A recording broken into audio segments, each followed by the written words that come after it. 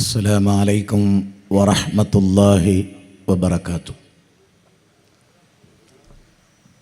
ബിസ്മില്ലാഹിർ റഹ്മാനിർ റഹീം. അൽഹംദുലില്ലാഹി റബ്ബിൽ ആലമീൻ.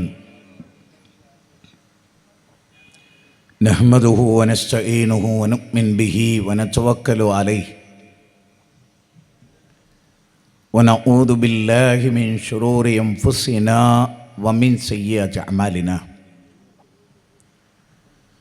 من يهده الله فلا مضل له ومن يضلل فلا هادي له أشهد أن لا إله إلا الله وحده لا شريك له وأشهد أن محمدا عبده ورسوله أرسله بالهدى ودين الحق ليظهره على الدين كله ولو كره المشركون. اللهم صل على محمد وعلى آل محمد كما صليت على إبراهيم وعلى آل إبراهيم إنك حميد مجيد. أما بعد فإن خير الحديث كتاب الله وخير السنن سنن محمد صلى الله عليه وسلم وشر الأمور محدثاتها وكل محدثة بدعة وكل بدعة ضلالة وكل ضلالة في النار. اتقوا الله عباد الله. أوصيكم وإياي أولا بتقوى الله. رب اشرح لي صدري ويسر لي أمري واحلل عقدة من لساني يفقهوا قولي. أعوذ بالله من الشيطان الرجيم. بسم الله الرحمن الرحيم. يا أيها الناس اتقوا ربكم الذي خلقكم من نفس واحدة وخلق منها زوجها وبث منهما رجالا كثيرا ونساء واتقوا الله الذي تساءلون به والأرحام إن الله كان عليكم رقيبا. يا أيها الذين آمنوا اتقوا الله حق تقاته ولا تموتن إلا وأنتم مسلمون. വേദിയിലിരിക്കുന്ന ഒരാദർശ പ്രബോധന കൂട്ടായ്മയുടെ ഭാരവാഹികളെ,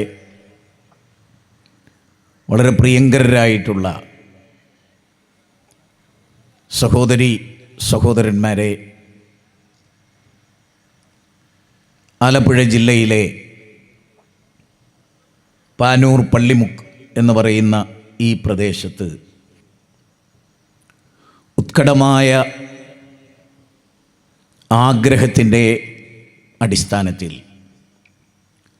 സത്യത്തിൻ്റെ വാചകങ്ങൾ, ദൈവിക ഗ്രന്ഥത്തിൻ്റെ വചനങ്ങൾ ആളുകളുടെ ശ്രദ്ധയിൽ കൊണ്ടുവരൽ ഞങ്ങളുടെ ബാധ്യതയാണ് എന്ന മനസ്സിൻ്റെ വലിയ തേട്ടത്തിൽ നിന്നുകൊണ്ടാണ് ഈ സംഗമം നമ്മൾ സംഘടിപ്പിച്ചിട്ടുള്ളത്. അതുകൊണ്ട് തന്നെ ഇതിൻ്റെ ആത്മാവ് ഇഖ്ലാസിൽ ബന്ധിതമാണ്. നിഷ്കളങ്കമായ ഒരാഗ്രഹത്തിൻ്റെ അടിസ്ഥാനത്തിനുള്ള എത്രയോ ദിവസങ്ങളായി ആത്മാർത്ഥമായി പരിശ്രമിച്ചിട്ടുള്ള ഒരു പ്രോഗ്രാമിലാണ് നമ്മൾ സമ്മേളിക്കുന്നത്. റോഡിൻ്റെ സൈഡിലൊക്കെ ശബ്ദ സംവിധാനം ഉണ്ട്, കേൾക്കാം ആളുകൾക്ക്. അതുകൊണ്ട് ഈ ശബ്ദം കേൾക്കുന്ന ഇതര മത ആദർശ വിശ്വാസികളായിട്ടുള്ള സഹൃദയരെ, ഇതൊരു രാഷ്ട്രീയ പ്രസ്ഥാനത്തിൻ്റെ വരാനിരിക്കുന്ന ഇലക്ഷനിലേക്കുള്ള വോട്ട് ചോദിച്ചുകൊണ്ടുള്ള ഒരു സമ്മേളനമല്ല. ഏതെങ്കിലും ഒരു രൂപത്തിൽ ആളുകളിൽ നിന്ന് ഭൗതികമായ എന്തെങ്കിലും ഒന്ന് പ്രതീക്ഷിച്ചുകൊണ്ടുള്ളതും അല്ല. മറിച്ച് തികച്ചും ആകാശബന്ധിതമായ ഒരു ആദർശത്തെ മനുഷ്യകുലത്തിന് ആകമാനം ദൈവത്തിൽ നിന്ന് അവതരിപ്പിക്കപ്പെട്ടിട്ടുള്ള ഒരു സന്ദേശത്തെ ഏറ്റവും ലളിതവൽക്കരിച്ചുകൊണ്ട് കേൾപ്പിക്കുക എന്ന ലക്ഷ്യമാണ് ഈ ഉദ്യമത്തിന്റെ ആത്മാവായി മാറുന്നത്. നമ്മളെല്ലാവരും മനുഷ്യരായി ഇവിടെ ജീവിക്കുന്നു. മനുഷ്യൻ എന്ന നിലയിൽ ലോകാടിസ്ഥാനത്തിൽ ഭൂരിപക്ഷ മനുഷ്യർ 800 ചില്ലാണം കോടി മനുഷ്യരുണ്ട് ലോകത്ത്. ഒരു 260 കോടിയുടെ മേലെ, ചെറിയ കോടിയല്ല, 260 കോടിയുടെ മേലെ ലോകാടിസ്ഥാനത്തിൽ ക്രൈസ്തവരാണ്. ഒരു 200 കോടിയോളം മുസ്ലിങ്ങളും ലോകത്ത് ഇപ്പോൾ ജീവിച്ചുകൊണ്ടിരിക്കും. ഇസ്ലാമിക രാഷ്ട്രങ്ങളുണ്ട്, ക്രൈസ്തവ രാഷ്ട്രങ്ങളുണ്ട്, നേപ്പാളിനെ പോലെ ഹിന്ദു രാഷ്ട്രമുണ്ട്. ലോകത്തിലെ ഏറ്റവും വലിയ ബഹുസ്വരതയുടെ നാടായ ഇന്ത്യ, നാം അവിടുത്തുകാരാണ്. ഒരുപാട് മതങ്ങളുടെയും ദർശനങ്ങളുടെയും വിശ്വാസങ്ങളുടെയും സമ്മിളിതമായ സംഘടിതമായ സമ്മേളനം കൂടിയാണ് നമ്മുടെ രാജ്യം. നമ്മുടെ രാജ്യം ഒരു സെക്കുലർ സ്റ്റേറ്റ് ആണ്. കൾച്ചറൽ പ്ലൂറാലിറ്റിയുടെ, കൾച്ചറൽ ടോളറൻസിന്റെ നാടാണ്. നാനാത്വത്തിൽ ഏകത്വം എന്ന് ഉദ്ഘോഷിക്കുന്ന ഒരു നാട് കൂടിയാണ്. ഇന്ത്യക്കെമ്പാടും ചരിത്രങ്ങളുണ്ട്. നാട്ടുരാജാക്കന്മാരുടെ നാടായിരുന്നു ഇത്. ഒരു 200 കൊല്ലത്തോളം ബ്രിട്ടീഷുകാർ കോളനിവൽക്കരണത്തിന് വിധേയമാക്കിയ നാടായിരുന്നു ഇത്. ഇന്ത്യയിലെ വിഭവങ്ങളുടെ ലഭ്യത അനുസരിച്ച് ലോകത്തിലെ പല ഭരണാധികാരികളും ഈ നാട്ടിൽ വരികയും വെട്ടിപ്പിടിക്കുകയും ഭരണം നടത്തുകയും ഒക്കെ ചെയ്തിട്ടുണ്ട്. മുഗള സാമ്രാജ്യത്തിന്റെ ഭരണമൊക്കെ ഉണ്ടായിട്ടുണ്ട് നമ്മുടെ നാട്ടിൽ. നമ്മുടെ രാജ്യത്ത് വിവിധങ്ങളായ ആരാധനാ രീതികൾ നിലനിൽക്കുന്ന ഒരു നാടാണ്. ഒരുപാട് സൃഷ്ടികളെ, അതുപോലെ സൃഷ്ടികൾ ഒന്നുമല്ലാത്ത വസ്തുക്കളെ ഒക്കെ ആരാധിക്കുന്നവർ കാലഘട്ടത്തിലും നമ്മുടെ രാജ്യത്തുണ്ടായിരുന്നു, ലോകത്തുടനീളം ഉണ്ടായിരുന്നു. മനുഷ്യ ചരിത്രം പരിശോധിച്ചാൽ ആദം അലൈഹിസ്സലാം, ക്രിസ്തുമതവും ഇസ്ലാമും ഒരേപോലെ പറയുന്നു, ആദ്യ പിതാവ് ആദം അലൈഹിസ്സലാത്തു വസ്സലാം. ആദം നബിയുടെയും ഹവ്വാ ബീവിയുടെയും മക്കളാണ് ലോകത്ത് ജീവിക്കുന്ന മുഴുവൻ ആളുകളും എന്ന് ഖുർആൻ ഉറപ്പിച്ചു പറയുന്നു. ഒരച്ഛനമ്മമാർക്ക് പിറന്ന മക്കൾ ഓർത്താൽ ഒരൊറ്റത്തറ വാട്ടുകാർ നാം, നാഥന്റെ മുറ്റത്ത് വിരിഞ്ഞു നിൽക്കും തന്മുന്തിരിക്കത്ത മനുഷ്യവർഗം. ഒരച്ഛന്റെ ഒരമ്മയുടെ മക്കളായിട്ടാണ് ലോകത്ത് മനുഷ്യവാസം ഉത്ഭവിക്കുന്നത്. നരവംശ ശാസ്ത്രജ്ഞന്മാർ മനുഷ്യനെ ഈ ഭൂമുഖത്ത് വന്നിട്ട് എത്രയായി എന്ന് നിഗമനം ചെയ്യുന്നുണ്ട്. മനുഷ്യന് ഒടുവിലത്തെ ബുദ്ധിജീവിയായ ഒരു സൃഷ്ടിയാണ് ഇവിടെ ഭൂമുഖത്ത്. മനുഷ്യന്റെ മുമ്പ് നമ്മൾ ഇന്ന് കാണുന്ന ഒട്ടുമിക്ക സൃഷ്ടികളും മനുഷ്യന് മുമ്പുണ്ട്. നമ്മളെ ഏറ്റവും ഒടുവിൽ ഭൂമിയിലേക്ക്, ഭൂമി നമ്മളെക്കാൾ മുമ്പുണ്ട്. ഭൂമി അമ്പലമില്ലാതെ കുറെ കാലം, ഈ ഭൂമി അമ്പലമില്ല, ഭൂമിയിൽ എവിടെയും അമ്പലമില്ല, ഭൂമിയിൽ എവിടെയും പള്ളിയില്ല, ഭൂമിയിൽ എവിടെയും സിനഗോഗുകളില്ല, ഭൂമിയിൽ എവിടെയും ചർച്ചുകളില്ല. അങ്ങനെ ഒരു വലിയ കാലം ഭൂമുഖത്ത് കഴിഞ്ഞു പോകുന്നുണ്ട്. ഹിന്ദുമതമില്ല, ക്രിസ്തുമതമില്ല, ജൈനമതങ്ങളില്ല, ഒന്നുമില്ലാത്ത കാലം. കാരണം അന്ന് മനുഷ്യനില്ല. മതം എന്ന നിലയിൽ ജന്തുലോകത്ത് ക്രിസ്തുമതമില്ല. ജന്തുലോകത്ത് ബുദ്ധ സന്യാസിമാരുടെ ദർശനങ്ങൾക്ക് സ്വാധീനമുണ്ടായിട്ടില്ല. പക്ഷിമൃഗാദികൾക്കിടയിൽ ഇതില്ല, മൊണാർക്ക് ചിത്രശലഭങ്ങൾക്കിടയിൽ ഇതില്ല, ഹീൽ മത്സ്യങ്ങൾക്കിടയിൽ ഇതില്ല. മരച്ചില്ലകളിൽ കൂടുകൂട്ടുന്ന ഒരു പക്ഷിക്കും മതമില്ല. മതമുള്ളത് മനുഷ്യനാണ്, ദർശനങ്ങളുള്ളത് മനുഷ്യനാണ്. അതുകൊണ്ട് തന്നെ നമുക്ക് ഏറ്റവും പച്ചയായി ചിന്തിക്കാവുന്ന ചില കാര്യങ്ങളെ കുറിച്ചാണ് ഞാൻ പറഞ്ഞു തുടങ്ങുന്നത്. വേദങ്ങളുണ്ട് ഒരുപാട്.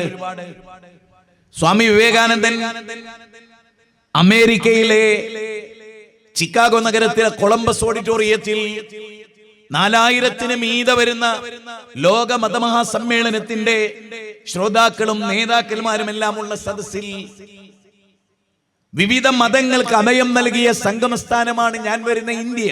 ലോക മതങ്ങൾ, ലോക ദർശനങ്ങൾ, വിവിധ വീക്ഷണങ്ങൾ. നമുക്കറിയാവുന്ന പോലെ ഭഗവത്ഗീത ഉണ്ട്, രാമായണവും മഹാഭാരതവും. മഹാഭാരതത്തിലെ 25-ാം അധ്യായം മുതൽ 42 വരെ നീണ്ടുകിടക്കുന്ന 18 അധ്യായമാണ് ഭഗവത്ഗീത. 10 മണ്ഡലങ്ങളുള്ള ഋഗ്വേദം, സാമവേദം, അഥർവവേദം, യജുർവേദം, ചതുർവേദങ്ങൾ, 108 സുപ്രധാനമായ ഉപനിഷത്തുകൾ, അരണ്യകങ്ങൾ, ശ്രുതികൾ, സ്മൃതികൾ, ഇതെല്ലാമുള്ള ഒരു നാടാണിത്. ഓൾഡ് ടെസ്റ്റ്മെന്റും ന്യൂ ടെസ്റ്റ്മെന്റും ബൈബിൾ ഈ നാട്ടിലേക്ക് വന്നു. സൗദി അറേബ്യയെ ബേസ് ചെയ്ത് കച്ചവടക്കാർ ഇവിടെ വന്നു. അവരുടെ വിശ്വാസങ്ങളെയും ആചാരങ്ങളെയും ആളുകൾ കണ്ടു, അത്ഭുതപ്പെട്ടു, കൗതുകപ്പെട്ടു. കാരണം അതുവരെ ഇങ്ങോട്ട് വന്ന മതങ്ങൾക്കൊക്കെ ബിംബങ്ങളുണ്ട്, ആരാധനാമൂർത്തികളുണ്ട്, അവരുടെ ആചാര്യന്മാരുടെ ഫോട്ടോസ് ഉണ്ട്, എല്ലാം ഉണ്ട്. ഇസ്ലാമിന് അതൊന്നും ഉണ്ടായിരുന്നില്ല. പോയിന്റ് ഒന്നാണ്, വളരെ പ്രധാനമായ ഒരു പോയിന്റ്. ഇന്നും ആകാശത്തിന്റെ ചുവട്ടിൽ ബിംബമില്ലാത്ത, ഫോട്ടോ ഇല്ലാത്ത ഒറ്റ നേതാവേ ഉള്ളൂ, ഒരൊറ്റ മതത്തിനേ അതുള്ളൂ. അത് മഹാനായ മുഹമ്മദ് നബി സല്ലല്ലാഹു അലൈഹി വസല്ലമയുടേതാണ്. ഫോട്ടോ ഇല്ല, ബിംബമില്ല, ഒന്നുമില്ല. കാരണം അതിലൊക്കെ എതിരായിരുന്നു അദ്ദേഹം. കാരണം അതൊക്കെ മനുഷ്യന്റെ വിശ്വാസങ്ങളിൽ വമ്പിച്ച വ്യതിചലനങ്ങൾ സൃഷ്ടിക്കുമെന്ന് പ്രവാചകന് അറിയാമായി. പ്രവാചകന്റെ അധ്യാപനങ്ങളിൽ എവിടെയും ദിവ്യത്വം ചമയുന്നൊരവസ്ഥ. അതായത് പ്രവാചകൻ ഒരു ദൈവമായി, ഒരു മനുഷ്യ ദൈവമായി അവതരിക്കുന്ന ഒരവസ്ഥ. എല്ലാ പഴുതുകളും അടച്ച നേതാവായിരുന്നു മുഹമ്മദ് നബി സല്ലല്ലാഹു അലൈഹി വസല്ലം. ഒരാളെ എഴുന്നേറ്റ് നിൽക്കുന്നത് പോലും നിരുത്സാഹപ്പെടുത്തിയ നേതാവാണ് റസൂൽ സല്ലല്ലാഹു അലൈഹി വസല്ലം. നബിയുടെ കൈ പിടിച്ചു മുത്തുക, നബീനെ കണ്ട് കൊണ്ടെടുക്കുക ഒന്നും ഇഷ്ടമില്ല. ഒരാൾ കൈ പിടിക്കുന്ന പോലും ഇഷ്ടമില്ലായിരുന്നു നബിക്ക്. പ്രവാചക തിരുമേനി സല്ലല്ലാഹു അലൈഹി വസല്ലമയുടെ ഷോൾഡറിൽ നിന്ന് ഒട്ടകപ്പുറത്തിരിക്കവേ ഷോൾഡറിലെ തട്ടം താഴെ വീണു. ശിഷ്യഗണത്തിൽപ്പെട്ട ഇബ്നു അബ്ബാസ് കുനിഞ്ഞു അതെടുക്കാൻ. അവർ റസൂൽ ചോദിച്ചു, അബ്ബാസ്, ആ തട്ടം ആരുടേതാണ്? അങ്ങുന്നിൻ്റെതാണ്. എന്റെ ഷോൾഡറിൽ നിന്ന് വീണ തട്ടം എടുക്കാൻ നിന്റെ കൈകൾ ആവശ്യമില്ല, അതിന് എനിക്ക് പടച്ചോൻ കൈതം. ലോകത്ത്, ഞാൻ പറയുന്നു, ലോക ചരിത്രത്തിൽ ഇങ്ങനെ ഒരു നേതാവിനെ ലോകം ഇന്നോളം കണ്ടിട്ടില്ല, നാളെ കാണാനും പോണില്ല. ഒരു സംശയം വേണ്ട. ഇന്നിപ്പോ നമുക്ക് കേരള യാത്രയിലൊക്കെ നമ്മൾ കാണുന്നത് പടച്ചോനെ ഫുള്ളായിട്ട് ആ കൗമ മറന്നു. ആകെ പടച്ചോൻ പോലെ അംഗീകരിക്കണം ആ തെക്ബീർ ചെല്ലുമ്പോ മാത്രമാണ്. ബാക്കിയെല്ലാം അവരുടെ മനസ്സിലെ പടച്ചോന്മാരാണായിരിക്കുന്നത്. ഒരു സംശയം നിങ്ങൾക്ക് വേണ്ട. പടച്ചോനേക്കാൾ അവർക്ക് ഇഷ്ടം അവരോടാണ്. പടച്ചോന്റെ 10 പ്രത്യേകത ഒരൊറ്റ ജില്ലയിലും പ്രസംഗിച്ചില്ല. ഞാൻ വെറുതെ പറയുന്നല്ല, നിങ്ങൾ ചിന്തിച്ചോ. കാസർഗോഡ് തുടങ്ങി തന്നെ ഒരു ശിർക്കിന്റെ കൂടാരത്തുന്ന ദർഗേന്ന് ഇസ്ലാം എത്രയോ നിരുത്സാഹപ്പെടുത്തിയ ഒരു സംഗതി ഉള്ളർത്തുന്ന, ബർക്കത്തില്ലാത്തടത്തുന്ന തുടങ്ങിയ. ബർക്കത്തില്ലെന്ന് മാത്രമല്ല, ശാപമേറ്റുവാങ്ങുന്നിടത്തുന്ന തുടങ്ങിയ. കാരണം അവിടെ മനുഷ്യനെയാണ് ആരാധിക്കുന്നത്, ദൈവത്തെ അല്ല. ആരാധന എന്താണെന്ന് അറിയണം, പഠിക്കണം. അതുകൊണ്ട് നമുക്ക് ശരിക്കും ചിന്തിക്കാം, എന്താണ് മതം? ഖുർആനിന്റെ സന്ദേശത്തിലെ കാതലായ സന്ദേശങ്ങൾ എന്താണ്? ഖുർആൻ ഒരിക്കൽ പോലും ഒരു പ്രദേശത്തിന്റെ ദൈവത്തെ പരിചയപ്പെടുത്തിയില്ല. ഞാൻ പറയുന്ന ഓരോ പോയിന്റ് നിങ്ങൾ ശ്രദ്ധിക്കണം. ഒരു പ്രദേശത്തിന്റെയോ ഒരു വിഭാഗത്തിന്റെയോ ദൈവത്തെ പരിചയപ്പെടുത്താതെ ദൈവത്തെ കൃത്യമായി അവതരിപ്പിച്ച ഒരു ഗ്രന്ഥം, അത് ഖുർആനിനോളം ലോകത്ത് ഇത്ര പ്രൗഢമായി അവതരിപ്പിച്ച പൂർവ്വഗ്രന്ഥങ്ങളൊന്നുമില്ല. ഉണ്ടായിരുന്നു, പിന്നീട് മനുഷ്യന്റെ കൈകടത്തലുകൾക്ക് അത് വിധേയമായി. ഫവൈലുൽ ലില്ലദീന യക്തുബൂനൽ കിതാബ ബിഐദീഹിം ثم يقولون هذا من عند الله ليشتروا به ثمنا قليلا ഫവൈലുൽ ലഹും മിമ്മാ കതബത് ഐദീഹിം വവൈലുൽ ലഹും മിമ്മാ യക്സിബൂൻ. സൂറത്ത് ബഖറ 2-ാം അധ്യായം 79. മനുഷ്യന്റെ കൈകടത്തലുകൾക്ക് വേദങ്ങൾ വിധേയമായി.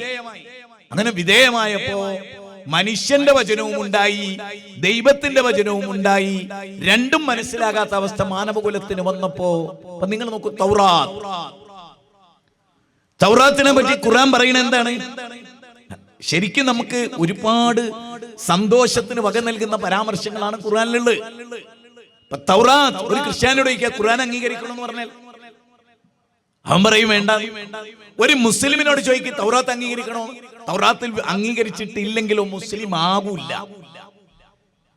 ഒരു ജൂതന്റെ അടുത്ത് എന്നിട്ട് നിന്റെ തൗറാത്ത് ഞങ്ങൾ അംഗീകരിക്കുന്നു എന്ന് പറയാനാണ് ഇസ്ലാം ആവശ്യപ്പെട്ടത്.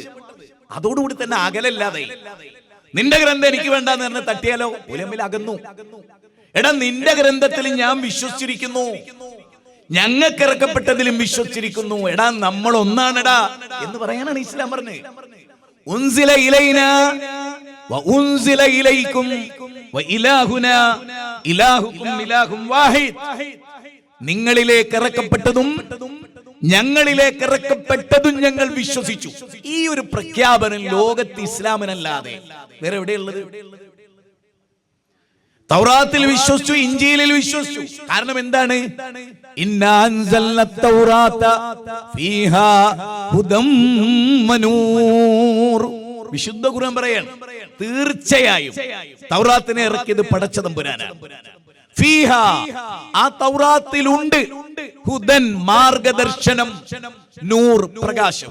കേട്ടോ, തൗറാത്ത് ജൂതന്മാരുടെ കയ്യിലെ തൗറാത്ത്, അതിലെന്തുണ്ട്? ദിവ്യ വെളിപാടുണ്ട്, മാർഗദർശനമുണ്ട്. പിന്നെ എന്ത് സംഭവിച്ചു? അതും ഖുർആൻ പറയുന്നു. 5-ാം അധ്യായം 44-46 വരെയുള്ള വചനം.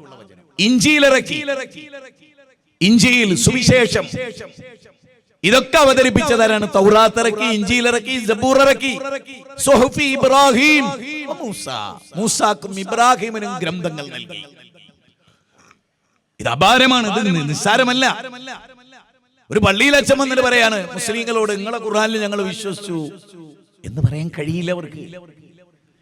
നേരെ മറിച്ച് പള്ളിയിൽ അച്ഛനോട് പറയാം, നിങ്ങൾക്ക് ഇറക്കപ്പെട്ടതിൽ ഞങ്ങൾ വിശ്വസിച്ചു. പിന്നെ എന്താ പ്രശ്നം? നിങ്ങൾക്ക് ഇറക്കപ്പെട്ടതിന് ശേഷം നിങ്ങളെ ആയിരുന്നു ചുമതല ഏൽപ്പിച്ച്. ഖുർആൻ പറയാം, അവരുടെ പണ്ഡിതന്മാരെ അതിന്റെ ചുമതല ഏൽപ്പിച്ചു. പക്ഷെ അവർ അതിൽ കൃത്രിമത്വം കാണിച്ചു. ഖുർആൻ പറയാം, എന്നിട്ട് ഇസ്ലാമിക സമൂഹത്തോട് പറഞ്ഞു, ഖുർആന്റെ സംരക്ഷണം നിങ്ങളെ ഏൽപ്പിക്കുന്നില്ല. നോക്കണം, എന്തുകൊണ്ട്? അപാരമായ ഒരു പോയിന്റാണ്. തൗറാത്ത് പണ്ഡിതന്മാരെ ഏൽപ്പിച്ചു, ഇഞ്ചീൽ പണ്ഡിതന്മാരെ ഏൽപ്പിച്ചു.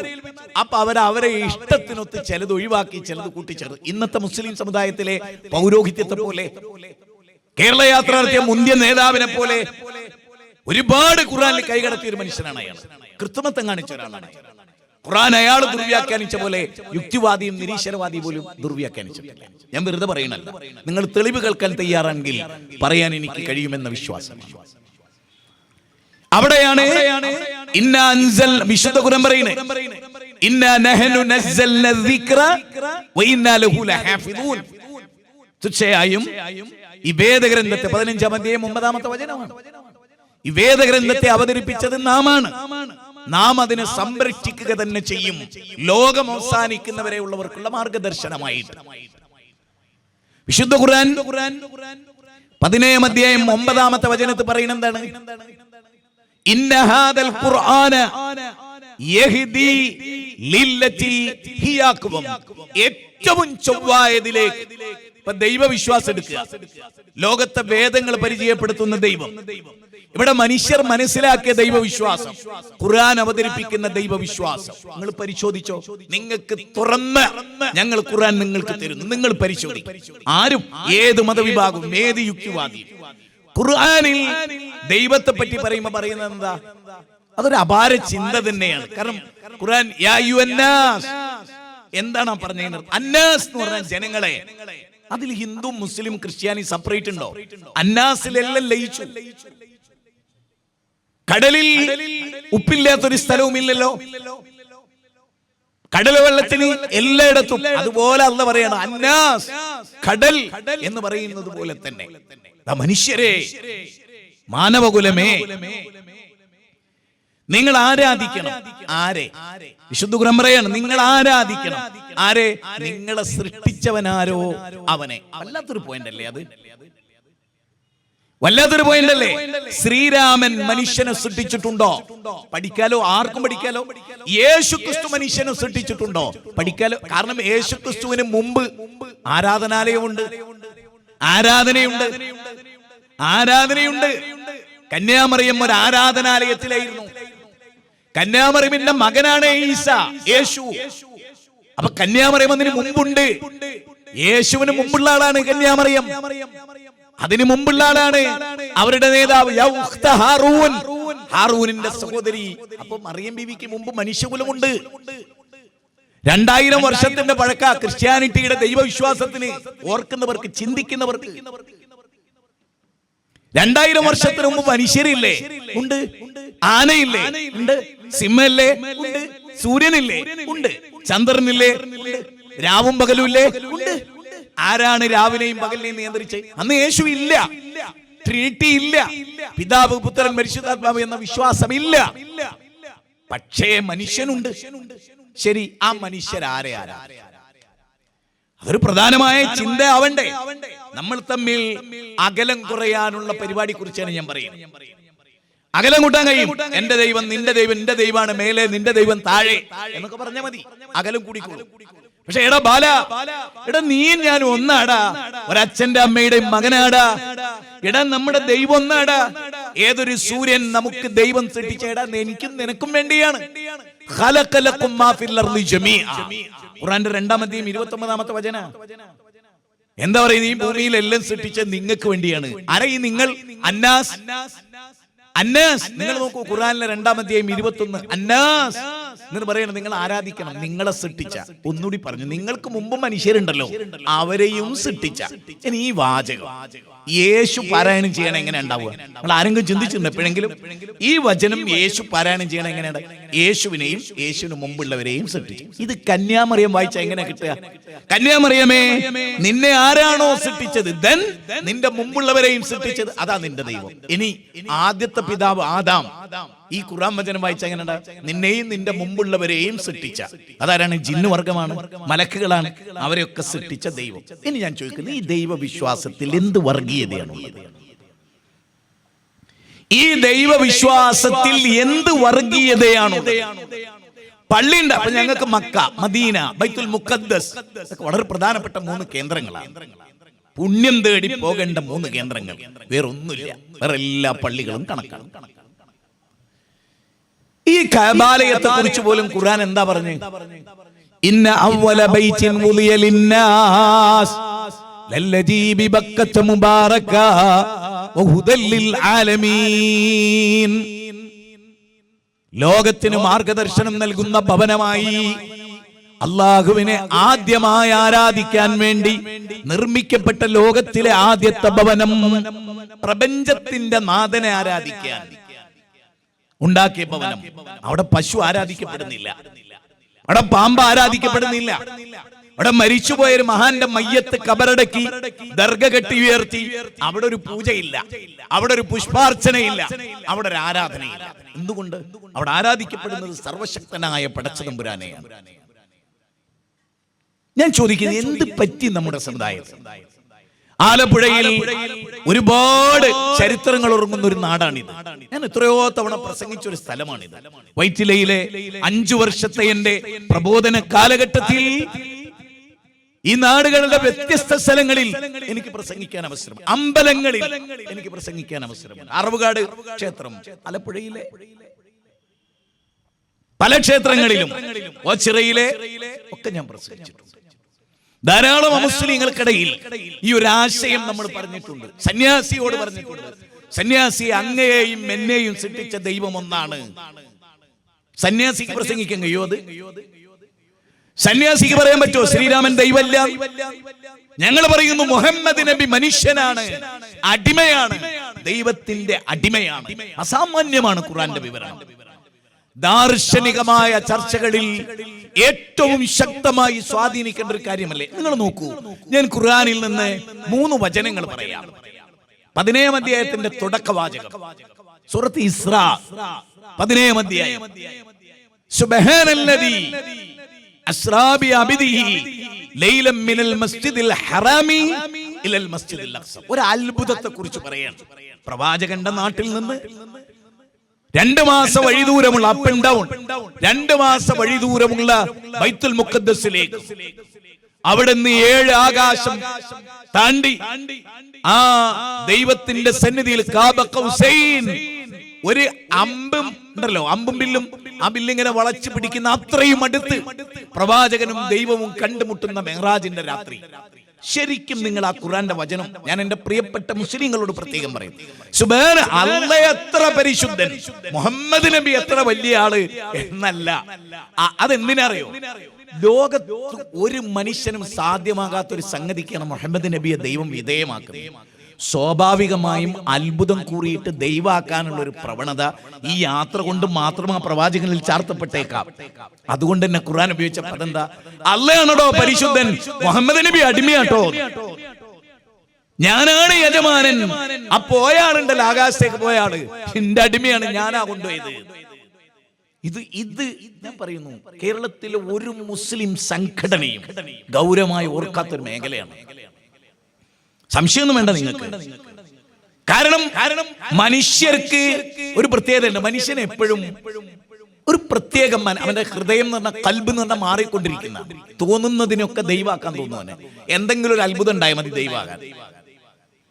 എനിക്ക് ഗോപിനാഥ് മുതുകാടൊക്കെ കാണിക്കുന്ന അത്ഭുതം കണ്ട അയാളെക്കാൾ വലിയ ദൈവം ഉണ്ടോ കേരളത്തില്? അത്ഭുതത്തിന്റെ പേരാണ് ദൈവാകാനുള്ള സംഗതി. സുബ്ഹാനല്ലദീ, അല്ലാഹ് എത്ര പരിശുദ്ധനാണ്. അസ്റാബി അബ്ദിഹി, അബ്ദ് അടിമ, മുഹമ്മദ് നബി ഈ വാചകൻ ജിബ്രീൽ നബി സല്ലല്ലാഹു അലൈഹി വസല്ലം ഓതി കൊടുത്തില്ലേ? ഈ യാത്ര കഴിഞ്ഞതിന് ശേഷം എന്തെങ്കിലും വിചാരിക്കും നിസ്സാര കാര്യമാണ്. നാം മുഹമ്മദ് നബിക്ക് തോന്നിയോ, ഓ വലിയൊരു യാത്ര നടത്തിയിട്ട് ഇന്ന അടിമ എന്നാ വിളിച്ചേ, എന്തെങ്കിലുമൊക്കെ പൊക്കി അടിക്കണ്ടേ? കാന്തപുരത്തിനപ്പോ ടീം ഇന്നലെ വരെ പൊക്കി അടിച്ച പോലെ. ആകാശനോട്ടിൽ ഒരു നബിയും കാന്തപുരത്തിന്റെ അടുത്ത് എത്തൂല എന്നാണ് പച്ചക്ക് പ്രസംഗിച്ചാണ്, ഞാൻ വെറുതെ പറയുന്നല്ല.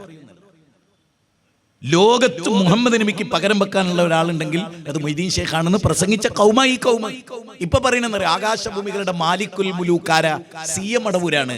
CM മടവൂർ ഞങ്ങളുടെ നാട്ടിനടുത്ത് 35 കൊല്ലം മുമ്പ് മരിച്ച് മണ്ണോട് മണ്ണ് ചേർന്ന, അല്ലെ മണ്ണിൽ ലയിച്ചു പോയ ഒരു മനുഷ്യനെ കുറിച്ച് ഈ പറയും. ആകാശഭൂമികളുടെ നിയന്താവാണ്, മാലിക്കുൽ മുലൂക്കാണ്. നമ്മൾ അള്ളാഹിനെ പറ്റിയേ പറയല്. അതുവരെ കഴിഞ്ഞൊരു മാസം മുമ്പ് ഈ കൗമ ഒരു മനുഷ്യനെ, മരിച്ചുപോയൊരു മനുഷ്യനെ കുറിച്ച് അൽഹംദുലില്ലാഹില്ലദീ അൻസല അലാ അബ്ദിഹിൽ കിതാബ്. ഉണ്ടോ? ഒരു ദൈവീക ഗ്രന്ഥം നിരക്ഷരനായ ഒരു പ്രവാചകനെ നാം അവതരിപ്പിച്ചു. ഖുർആനിന്റെ കണ്ടന്റിൽ നിങ്ങൾ അത്ഭുതപ്പെടുമ്പോൾ ആ അത്ഭുതത്തിന്റെ ളമീർ മടക്കേണ്ടത് അടിമയായ മുഹമ്മദിലേക്കല്ല, ഉടമയായ അള്ളാഹുവിലേക്കാണ്. മനസ്സിലാവുണ്ടോന്ന് എനിക്കറിയില്ല കേട്ടോ. ഉയർന്ന ഒരു ചിന്തയാണ് ഈ പറഞ്ഞത്.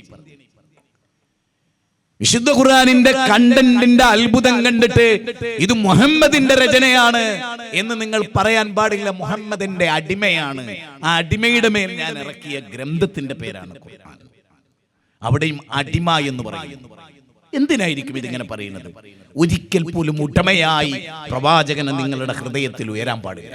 അടിമ എന്ന നിലയിൽ തന്നെ വേണം.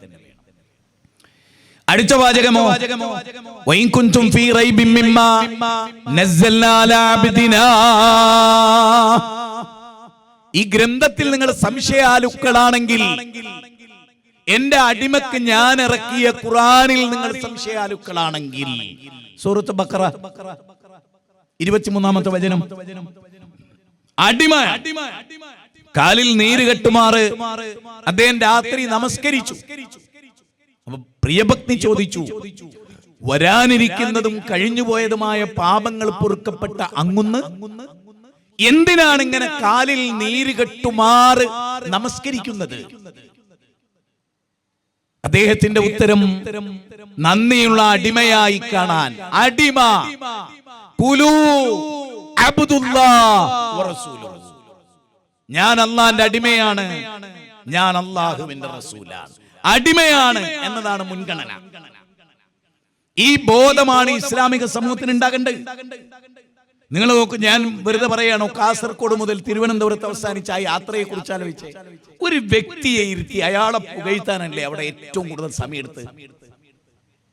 അല്ലേ ആലോചിക്കുക, ഏതെങ്കിലും ഒരു സദസ്സിൽ ഒരു 5 മിനിറ്റ് പ്രപഞ്ചനാഥനെ പരിചയപ്പെടുത്തിയ ഒരു പ്രസംഗം ഉണ്ടായോ അവിടെ? നാനാജാതി മതസമൂഹങ്ങൾ കേട്ട് കണ്ട സോഷ്യൽ മീഡിയയിൽ വൈറലായ ഈ പ്രോഗ്രാമിൽ മനുഷ്യർക്കൊപ്പം എന്ന് പറഞ്ഞിട്ട് മനുഷ്യരോട് പറയേണ്ട കാതലായ എന്തെങ്കിലും ഒരു പോയിന്റ് പറഞ്ഞു ഇല്ലെന്നതാണ് സത്യം. നമ്മൾ ഇന്ന് ജീവിക്കുന്ന രാഷ്ട്രത്തിന്റെ കാര്യങ്ങളൊക്കെ പറഞ്ഞിട്ടുണ്ട്, ഞാൻ നിഷേധിക്കില്ല, എനിക്ക് നിഷേധിക്കേണ്ട കാര്യമില്ല. പക്ഷെ ഇസ്ലാം മനുഷ്യന്റെ മുമ്പിൽ വെക്കുന്നത് മരണത്തോടുകൂടി ഒരു ജീവിതം അവസാനിക്കില്ല എന്നാണ്. സ്വർഗം, എനിക്ക് അത്ഭുതം തോന്നിയൊരു കാര്യം ഞാൻ പറയാം. ഭഗവത്ഗീത വായിക്കുന്ന ഒരാളാണ്, വായിക്കുന്ന പറഞ്ഞാൽ അത് വായിക്കാൻ നിർബന്ധമായിട്ടില്ല, പഠിക്കാൻ വേണ്ടി ഞാൻ വായിക്കാറുണ്ട്, ഇപ്പോഴും വായിക്കാറുണ്ട്, നാളെയും വായിക്കേണ്ടി വന്നാൽ വീണ്ടും വായിക്കും. മഹാഭാരത യുദ്ധം നടക്കുന്ന സമയത്ത് ഞാൻ യുദ്ധം ചെയ്യില്ല എന്ന് പറഞ്ഞ ആളാണ് അർജുനൻ. ശ്രീകൃഷ്ണനോട് ഞാൻ യുദ്ധം ചെയ്യില്ല. അശ്വത്ഥമാവുണ്ട്, കവചകുണ്ടലം അനുഗ്രഹമായി ലഭിച്ച കർണനുണ്ട്, ഭീഷ്മാചാര്യരുണ്ട്, ദ്രോണാചാര്യരുണ്ട്, ഒക്കെ വേണ്ടപ്പെട്ടവരാണ്. അതുകൊണ്ട് ഞാൻ യുദ്ധം ചെയ്യില്ല. എനിക്ക് പെണ്ണും വേണ്ട, ഭൂമിയും വേണ്ട, വേറെ ഒന്നും വേണ്ട, ഭൗതികമൊന്നും എനിക്ക് വേണ്ട. ആ സമയത്ത് ശ്രീകൃഷ്ണൻ പറയുന്ന ഒരു വാചകം ഭഗവത്ഗീതയിൽ ഇന്നും എന്റെ പ്രസംഗം ഏതെങ്കിലും ഹിന്ദു വീട്ടിൽ നിന്ന് ഒരു സഹോദരി സഹോദരൻ കേൾക്കണ്ടേ, നിങ്ങൾ എടുത്തു നോക്ക്. 2-ാം അധ്യായം, ഭഗവത്ഗീതയുടെ 18 അധ്യായത്തിൽ 2-ാമത്തെ അധ്യായം 37-ാമത്തെ ശ്ലോകം. ഹദോവ പ്രാപ്സ്യസി സ്വർഗം ജിതോവ ഭോക്ഷ്യസേ മഹീം തസ്മാദുത്തിഷ്ഠ കൗന്ദേയ യുദ്ധായ കൃതനിശ്ചയ. അർജുന, ഹദോവ പ്രാപ്സ്യസി സ്വർഗം, ഈ യുദ്ധത്തിൽ നീ കൊല്ലപ്പെട്ട സ്വർഗത്ത് പോകും. ആഹാ, ദമയന്തി ചേച്ചിയും ശ്രീദേവി ചേച്ചിയും പറ, ഏതാണ് ആ സ്വർഗം? ഹദോവ പ്രാപ്സ്യസി സ്വർഗം ദഖലൽ ജന്ന. അതിന്റെ അറബിയാണ്, മുഹമ്മദ് നബി പറഞ്ഞ വാചക, ശ്രീകൃഷ്ണൻ പറഞ്ഞ അതേ വാചകം. സ്വർഗത്ത് പോയി യുദ്ധത്തിൽ കൊല്ലപ്പെട്ടാൽ ഇതേ കാര്യം ഭഗവത്ഗീത പറയുന്നു. ഏതാണ് ആ സ്വർഗം? അതറിയണ്ടേ ഇവിടെ ജനം? മരിച്ചതിന് ശേഷം എല്ലാവരുടെയും ആശങ്കകളിൽ മരിക്കുക എന്നുള്ള നമുക്ക് ചിന്തിക്കാൻ പറ്റില്ല. ശരി, മരിച്ചാലുള്ള അവസ്ഥ എന്താ? മരിച്ചാൽ എന്തോ ആണെന്നാണോ? അല്ല, നമ്മളില്ലാത്ത ഒരു കാലല്ലേ, ഞാനും നിങ്ങളും ഇല്ലാത്തൊരു കാലല്ലായിരുന്നോ? നമ്മൾ ആരെങ്കിലും വിചാരിച്ചിട്ടുണ്ട് എന്റെ രൂപം ഇങ്ങനെയാകണമെന്ന്? ഞാൻ ആഗ്രഹിച്ചിട്ടില്ല, ആഗ്രഹിച്ചിട്ടല്ലേ ഈ രൂപം കിട്ടിയത്. എന്റെ സ്വരം ഇങ്ങനെ ആകണമെന്ന് ഞാൻ വിചാരിച്ചല്ല. എന്റെ കൈവിരലുകൾ, എന്റെ കണ്ണിന്റെ കൃഷ്ണമണി, നമ്മൾ ആരും വിചാരിച്ചല്ല. നമ്മൾ പറയല്ലോ ഇതൊക്കെ എന്റേതാണ്, എന്റെ അഭിപ്രായമാണ്, എന്റെ ചോയ്സാണ്, എന്റെ ജീവിതമാണ്, എന്റെ സ്വാതന്ത്ര്യമാണ്. വെറുതെ പറയുന്നതാണ്. നിനക്ക് ഒന്നിനൊരു സ്വാതന്ത്ര്യം ഇല്ല എന്നുള്ള പച്ച സത്യം. നിന്റെ കൈ രാവിലെ എഴുന്നേൽക്കുമ്പോ പൊന്തണോ പൊന്തണ്ടേ നീ തീരുമാനിക്കുന്നതല്ല. അല്ലെങ്കിൽ പിന്നെ എങ്ങനെ തളർവാദം വരുന്നത്? ഓന്റെ നിയന്ത്രണത്തിലാണെങ്കിൽ. നമ്മുടെ ഇന്നത്തെ പെൺകുട്ടികൾ ആൺകുട്ടികളൊക്കെ പറയുന്ന ബഡായി കെട്ട വിചാരിക്കുന്നവരോ ആകാശവും തോണ്ടി താഴെടും. സത്യല്ലേ? നിങ്ങൾ മനുഷ്യരെ നമ്മളെ കുറിച്ച് ആലോചിക്കുക. അവിടെയാണ് ഞാൻ എന്റെ പോയിന്റ് വീണ്ടും അരക്കെട്ടുറപ്പിക്കുന്നത്. വിശുദ്ധ ഖുർആനിൽ യാതൊരു നിലക്കുമുള്ള വിവരക്കേടുകൾ നിങ്ങൾക്ക് കാണാൻ കഴിയില്ല. നിങ്ങൾക്ക് അറിയാത്തത് നമ്മുടെ കുറ്റമല്ല. ദൈവിക ഗ്രന്ഥം പറയുന്ന മനുഷ്യരെ, നിങ്ങൾ നിങ്ങളെയും നിങ്ങൾക്ക് മുമ്പുള്ളവരെയും സൃഷ്ടിച്ച ദൈവത്തെ ആരാധിക്കണം. എന്നിട്ട് എന്താ ഖുർആൻ പറയുന്നത്? ആ ദൈവം ആരാ? അതൊരു ചോദ്യമാണല്ലോ. ആരാണ് ആ ദൈവം? അല്ലദീ, എങ്ങനെയുള്ളവനാണ് അവൻ? നിങ്ങളെ സൃഷ്ടിച്ചവനാണ്, നിങ്ങൾക്ക് മുമ്പുള്ളവരെ സൃഷ്ടിച്ചവനാണ്, അതോടൊപ്പം ആകാശത്തുനിന്ന് നിങ്ങൾക്ക് മഴ ചൊരിഞ്ഞു തരുന്നവൻ, ഭൂമിയിൽ സസ്യലതാദികളെ മുളപ്പിക്കുന്നവൻ ആരോ, അവൻ ദൈവം. ഞാനൊന്ന് ചോദിച്ചോട്ടെ, എന്റെ ഈ പള്ളിമുക്കിലെ അഥവാ ഈ പറയുന്ന പാനൂരിലെ ജനങ്ങളോട് ഞാനൊന്ന് ചോദിച്ചോട്ടെ, സൂര്യനെ ഉദിപ്പിക്കുന്ന ദൈവം ആരാ? സൂര്യൻ ഉദിക്കുന്നുണ്ടല്ലോ കൃത്യസമയത്ത്. വിശുദ്ധ ഖുർആൻ പറയുന്നറിയോ? വശംസു തജ്രി ലിമുസ്തഖറിൻ ലഹാ ദാലിക തഖ്ദീർ. ഒരു കൃത്യമായ കണക്കനുസരിച്ച് 1400 വർഷം മുമ്പാ പറയുന്നത്. നിങ്ങൾ വിചാരിച്ച പോലെ സൂര്യൻ 10 മിനിറ്റ് ലേറ്റ് ആവില്ല, സൂര്യൻ 10 മിനിറ്റ് നേരത്തെയും വരില്ല. വല്ലാത്തൊരു ഞാൻ ചോദ്യം, ആർക്കതിങ്ങനെ പറയാൻ കഴിയാ? 14 നൂറ്റാണ്ട് മുമ്പ് ഒരു ഗ്രന്ഥം പറയാണെന്ത് 6:10 ഉദയം എന്ന് പറഞ്ഞാൽ അത് 6:09 ഉദിക്കൂല, 6:11 ഉദിക്കാതെ ഇരിക്കില്ല. ഞാൻ ചോദിക്കുന്നത് പൊന്നു മാധവേട്ട, എന്താ ആരാ അതിനെ നിയന്ത്രിക്കുന്നത്? ഖുർആൻ പറയുന്നു പടച്ചോനാണ്. എന്നിട്ട് പടച്ചോൻ ഒരു വെല്ലുവിളി നടത്തി, എടോ ഞാൻ നിയന്ത്രിക്കുന്നത് കൊണ്ട് ടൈം തെറ്റൂല. ഞാൻ വന്ദേ ഭാരതിലാണെന്ന് വന്നത്. ഈ വന്ദേ ഭാരത് വരുന്ന ടൈമും വന്ന ടൈമും 10-12 മിനിറ്റിന്റെ വ്യത്യാസമുണ്ട്. വരേണ്ട ടൈമും വന്ന ടൈമും തമ്മിൽ 10-12 മിനിറ്റിന്റെ വ്യത്യാസമുണ്ട്. ഏറ്റവും കൃത്യത്തിനോടുന്ന ഒരു ട്രെയിന് പോലും 12 മിനിറ്റ് ലേറ്റ് ആയിട്ടാണ്. ഏറ്റവും കൃത്യം നിന്ന് കേരളം അഭിമാനത്തോടുകൂടി പറയുന്ന ട്രെയിന് 12 മിനിറ്റ്. 12 മൈക്രോ സെക്കൻഡ് സൂര്യന്റെ ഉദയം തെറ്റിപ്പോകുന്നുണ്ടോ? ഖുർആനിലെ 36-ാം അധ്യായം 38-39 പറയുന്നു, എടോ മനുഷ്യ, സൂര്യനും ചന്ദ്രനും കൃത്യമായ വ്യവസ്ഥയുണ്ട്, ആ വ്യവസ്ഥക്ക് വിധേയമാണ്. ഞാൻ ഒന്ന് ചോദിച്ചോട്ടെ, ഞാൻ ഈ സ്റ്റേജിൽ വെച്ച് പറയാണ്, 2000 കൊല്ലം കഴിഞ്ഞാലും ഈ സ്റ്റേജ് ഇങ്ങനെ നിലനിൽക്കും, ഈ സൗണ്ട് സിസ്റ്റം ഇങ്ങനെ നിലനിൽക്കും. ഞാൻ ഷാർപ്പ് 7:05 പ്രസംഗിക്കും, എല്ലാ കുല്ലയൗമിൻ എന്ന് പറയാം. 2000 കൊല്ലം ഇത് തുടരുകയാണെങ്കിൽ ഈ പറഞ്ഞത് കറക്റ്റാണ്. ഞാൻ ആരാ? ചില്ലറക്കാരനാ? ആണോ? അതായത് മുഹമ്മദ് നബിയുടേതായിരുന്നു ഖുർആനെങ്കിൽ ഈ പരാമർശത്തിന്റെ ഈ കൃത്യത യുക്തിവാദികളെ നിങ്ങളൊന്ന് പറ, നിരീശ്വരവാദികളെ നിങ്ങളൊന്ന് പറ, എന്റെ പ്രിയപ്പെട്ട പൊന്ന് ക്രൈസ്തവരെ, ഹൈന്ദവരെ നിങ്ങളൊന്ന് പറ. ഒരു ചോദ്യം കൂടി ഞാൻ ചോദിക്കുന്നു, ശ്രീരാമൻ ജനിക്കുമ്പോ ഭൂമി ഉണ്ടോ? ഞാൻ എന്റെ ഹൈന്ദവരോട് ചോദിക്കുക, ശ്രീരാമൻ ജനിക്കുന്നതിന് മുമ്പ് ഭൂമി ഉണ്ടോ? സൂര്യനുണ്ടോ? ചന്ദ്രനുണ്ടോ? രാവും പകലും ഉണ്ടോ? ഉണ്ടല്ലോ. കാരണം ദശരഥ മഹാരാജാവിന്റെ പുത്രനല്ലേ ഇത്? കൗസല്യയുടെ പുത്രനല്ലേ ഇത്? പുത്രകാമേട്ടി യാഗം നടത്തി, യാഗത്തിന്റെ അന്തിമഘട്ടത്തിൽ ശൃംഗമുനി പായസാന്നം നൽകി. കൈകേയി, കൗസല്യ, സുമിത്ര മൂവരും പായസാന്നം ഭുജിച്ച് കൗസല്യയുടെ പുത്രനായിട്ടാണല്ലോ ശ്രീരാമൻ ജനിക്കുന്നത്. എവിടേക്ക്? ഭൂമിയിലേക്ക്. അന്ന് അച്ഛനുണ്ട്, അമ്മയുണ്ട്. അപ്പൊ അച്ഛനും അമ്മയും അതിന് മുമ്പേ ഉണ്ട്. ആ അച്ഛനും അമ്മക്കും അതിനപ്പുറത്ത് അച്ഛനും അമ്മയുണ്ട്. എങ്കിൽ അവരാര് സൃഷ്ടിച്ചു? മാധവ, ഇത് നിസ്സാരമായൊരു ചോദ്യമല്ല. ഇത് കാന്തപുരത്തിന്റെ കേരള യാത്രയല്ല. ഇത് മനുഷ്യന്റെ തലച്ചോറിനോട് സംവദിക്കുന്ന യാത്രയാണ്. ചിന്തിക്ക്, യേശുവിന്റെ മാതാവ് കന്യാമറിയം ജനിക്കുന്നതിന് മുമ്പ് അവര് ഭൂമിയിൽ ഉണ്ടാക്കിയ ഒരു ആരാധനാലയത്തിൽ ആരാധന നടത്തി. അവരുടെ അച്ഛനും അമ്മയും നേർച്ച നേർന്നു ദൈവത്തിന്, മറിയമിനെ. അതുകൊണ്ട് മറിയം ഒരു ആരാധനാലയത്തിലായിരുന്നു. എന്റെ ചോദ്യം, മറിയമിനെ സൃഷ്ടിച്ചതാര്? അത് കഴിഞ്ഞിട്ട് മതിയല്ല ബാക്കിയുള്ളത്. നിങ്ങൾക്ക് ഇപ്പൊ 2000 വർഷം പഴക്കമുള്ള ദൈവവിശ്വാസമുണ്ട്, ആണോ? ഓരോ കാലത്ത് ഓരോ ദൈവം. അങ്ങനെ പിന്നെ അടി തീരുവോ ലോകത്ത്? ഏത് ഗ്രന്ഥത്തെ ആസ്പദമാക്കി? ഏകം സദ്ബഹുതാ വിപ്രാവദന്തി യോ ദേവാനാം നാമധായേകേവ ഓം സദേ സമസ്തേ സർവലോകാശ്രയായ ത്വമേകം ശരണ്യം ത്വമേകം വരണ്യം. ഒരു വേദഗ്രന്ഥം 5 തവണയാണ് ദൈവം ഏകൻ എന്ന് പറയുന്നത്. പിന്നെ ഇങ്ങനെ ആലപ്പുഴക്കാർക്ക് തന്നെ 1000 ദൈവം ഉണ്ടായത്? ഖുർആൻ നല്ലല്ലോ ഞാൻ ഉദ്ധരിച്ചത്. ഏകം സദ്ബഹുദാ വിപ്രാവദന്തി ശമ്മ ഇസ്രായേല അഡോണയ ലോകിന അഡോണയ ശമ്മ ഇസ്രായേല, ഇസ്രായേൽ സമൂഹമേ, നിങ്ങളുടെ ദൈവം മേഘദൈവമാകുന്നു എന്ന് പറയുന്നിടത്ത് എവിടെ ബഹുസ്വരത, ബഹുത്വം? നമ്മളെപ്പോഴാ കേടെന്നറിയോ? ഒന്നിലധികം ദൈവമുണ്ട് എന്ന് വാദിച്ചോ അന്ന് മുതലാണ് നമ്മൾ തമ്മിൽ തെറ്റിയത്. മതങ്ങൾ ഉണ്ടായത്, ദൈവങ്ങൾ ഉണ്ടായത് എപ്പോഴാ? നോഹ പ്രവാചകന്റെ തൊട്ടു മുമ്പാണ്. എന്തേ സംഭവിച്ചത്? മഹാന്മാരെ വാഴ്ത്തി. ഞാൻ നേരത്തെ പറഞ്ഞ കേരള യാത്രയിൽ ഉണ്ടായ സംഭവം തന്നെ നിങ്ങൾ നോക്കൂ. മരിച്ചാൽ നോർഡർ സിറ്റിയിൽ ഖബർ ഒരുങ്ങി നിൽക്കുക. ലോകത്തിലെ തന്നെ ഏറ്റവും വലിയ ദൈവത്തെ ആരാധിക്കാൻ കാത്തിക്കുക കേരളത്തിലെ മുസ്ലിങ്ങളിൽ ഒരു വിഭാഗം. നിസ്സാരമല്ല. ഞാൻ ഈ പറയുന്നതൊക്കെ നിങ്ങൾ എഴുതി വെച്ചു, സംഭവിക്കാൻ പോകുന്ന കാര്യങ്ങളാണ്. അത്ര ഭീകരമായ രൂപത്തിലാണ് മനുഷ്യന്മാർ ദൈവമാകുന്നത്. എന്നിട്ട് ഗ്രൂപ്പാകുക, ഓരോരുത്തരും അതിന്റെ പേരിൽ തല്ലുക.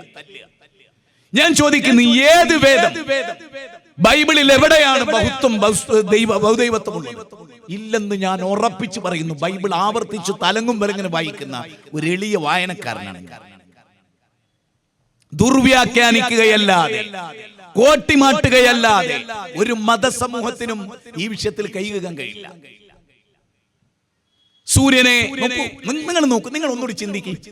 ഞാൻ ഒന്നുകൂടെ അതിനെ ബോൾഡ് ചെയ്യുന്നു. മനുഷ്യനില്ലാത്തൊരു കാലം, അങ്ങനെ ഒരു അമ്പലമില്ല, പള്ളിയില്ല, ചർച്ചില്ല, ഒന്നുമില്ല. പുട്ടപ്പർത്തിയില്ല, വേറൊന്നില്ല, മൃദാനന്ദമഴിയില്ല, ആരുമില്ല. ഒരാളും മനുഷ്യൻ തന്നെയല്ല. അന്ന് ഭൂമി ഉണ്ടല്ലോ, ആ ഭൂമിയെ സൃഷ്ടിച്ചതാരോ അവനാണ് ഇസ്ലാം പരിചയപ്പെടുത്തിയ ദൈവം. പറയാൻ പറ്റൂ വേറൊരു മതക്കാരൻ ഇതുപോലെ കയറി വന്നിട്ട്? വേണ്ടെന്ന് ഇവിടെ ഏറ്റവും അറിയപ്പെട്ട അരമനയിലെ ഒരു ക്രിസ്തീയ അച്ഛനെ ഇവിടെ കൊണ്ടുവരും. എന്നിട്ട് ആ അച്ഛൻ പറയട്ടെ, യേശുവിന് മുമ്പും മനുഷ്യകുലമുണ്ട്, യേശുവിന്റെ മുമ്പും മനുഷ്യരുണ്ട്, ആദാമിന്റെ മുമ്പ്. ആദാം ബൈബിളിലുണ്ടല്ലോ, ആദാമും നോഹ പ്രവാചകനൊക്കെ ബൈബിൾ ഉണ്ടല്ലോ, പേടകത്തിന്റെ പ്രവാചകൻ ബൈബിൾ പരിചയപ്പെടുന്നുണ്ടല്ലോ. ആ പ്രവാചകന്മാരൊക്കെ ഇവിടെ ഈസാ നബിയുടെ മുമ്പുണ്ട്. അവരൊക്കെ ആരാധിച്ച ദൈവത്തെയാണ് നമ്മൾ ആരാധിക്കേണ്ടതെന്നാണ് പള്ളിയിലച്ഛൻ അന്ന് ജോലി പോകൂലേ? എവിടെയാണ് നമുക്ക് കുഴപ്പം പറ്റിയത്? നമ്മൾ ചിന്തിക്കാം, ആലോചിക്കാം.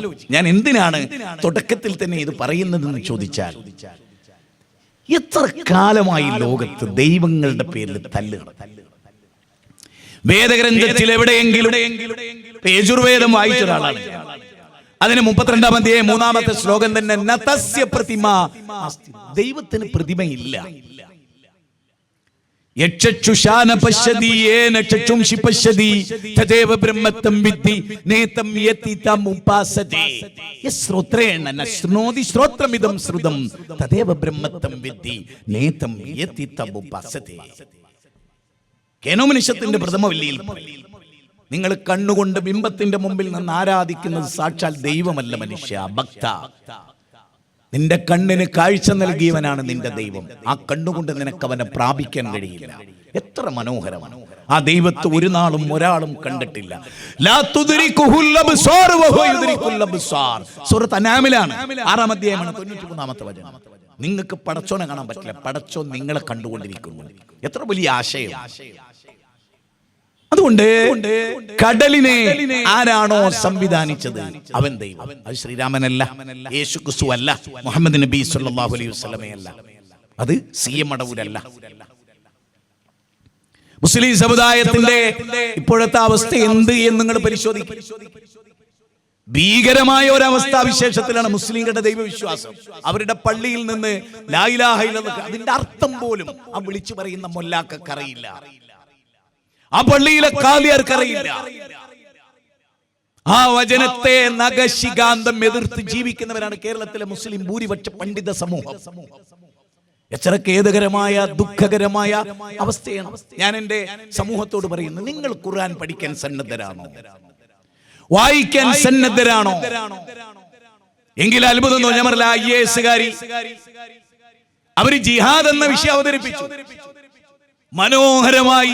ഈ അടുത്ത കാലത്ത് ഒരു മുസ്ലിം പണ്ഡിതൻ പോലും, കാരണം അവർ ഖുർആൻ വായിച്ചു, ഖുർആൻ നേർക്ക് നേരെ വായിക്കുന്ന ഒരാൾ ജിഹാദ് എന്ന് പറഞ്ഞാൽ അന്യനെ കൊല്ലാനുള്ള ആഹ്വാനമാണ് എന്ന് കിട്ടില്ല.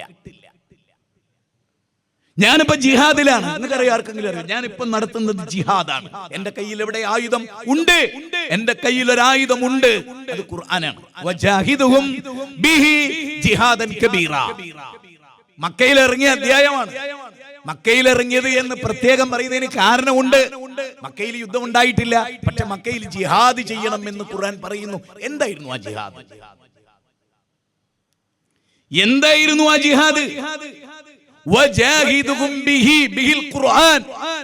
ഖുർആൻ കൊണ്ട് മനുഷ്യന്റെ ചിന്താമണ്ഡലങ്ങളിൽ ചിന്തിപ്പിക്കുന്ന ജിഹാദ്, അതാണ് ഏറ്റവും വലിയ ജിഹാദ് എന്നാണ് ഖുർആൻ പറയുന്നത്.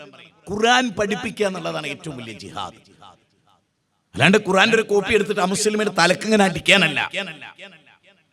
ജിഹാദ് എന്ന് പറഞ്ഞാൽ അതൊരു അറബി പദമാണ്. ആ പദത്തിന് വലിയ വ്യാപ്തിയുണ്ട്. ത്യാഗപരിശ്രമം എന്നർത്ഥം. ഒരാൾക്ക് 3 പെൺകുട്ടി ഉണ്ടായി, മാധവേട്ടൻ. ആ 3 പെൺകുട്ടികളെ നന്നായിട്ട് നോക്കി.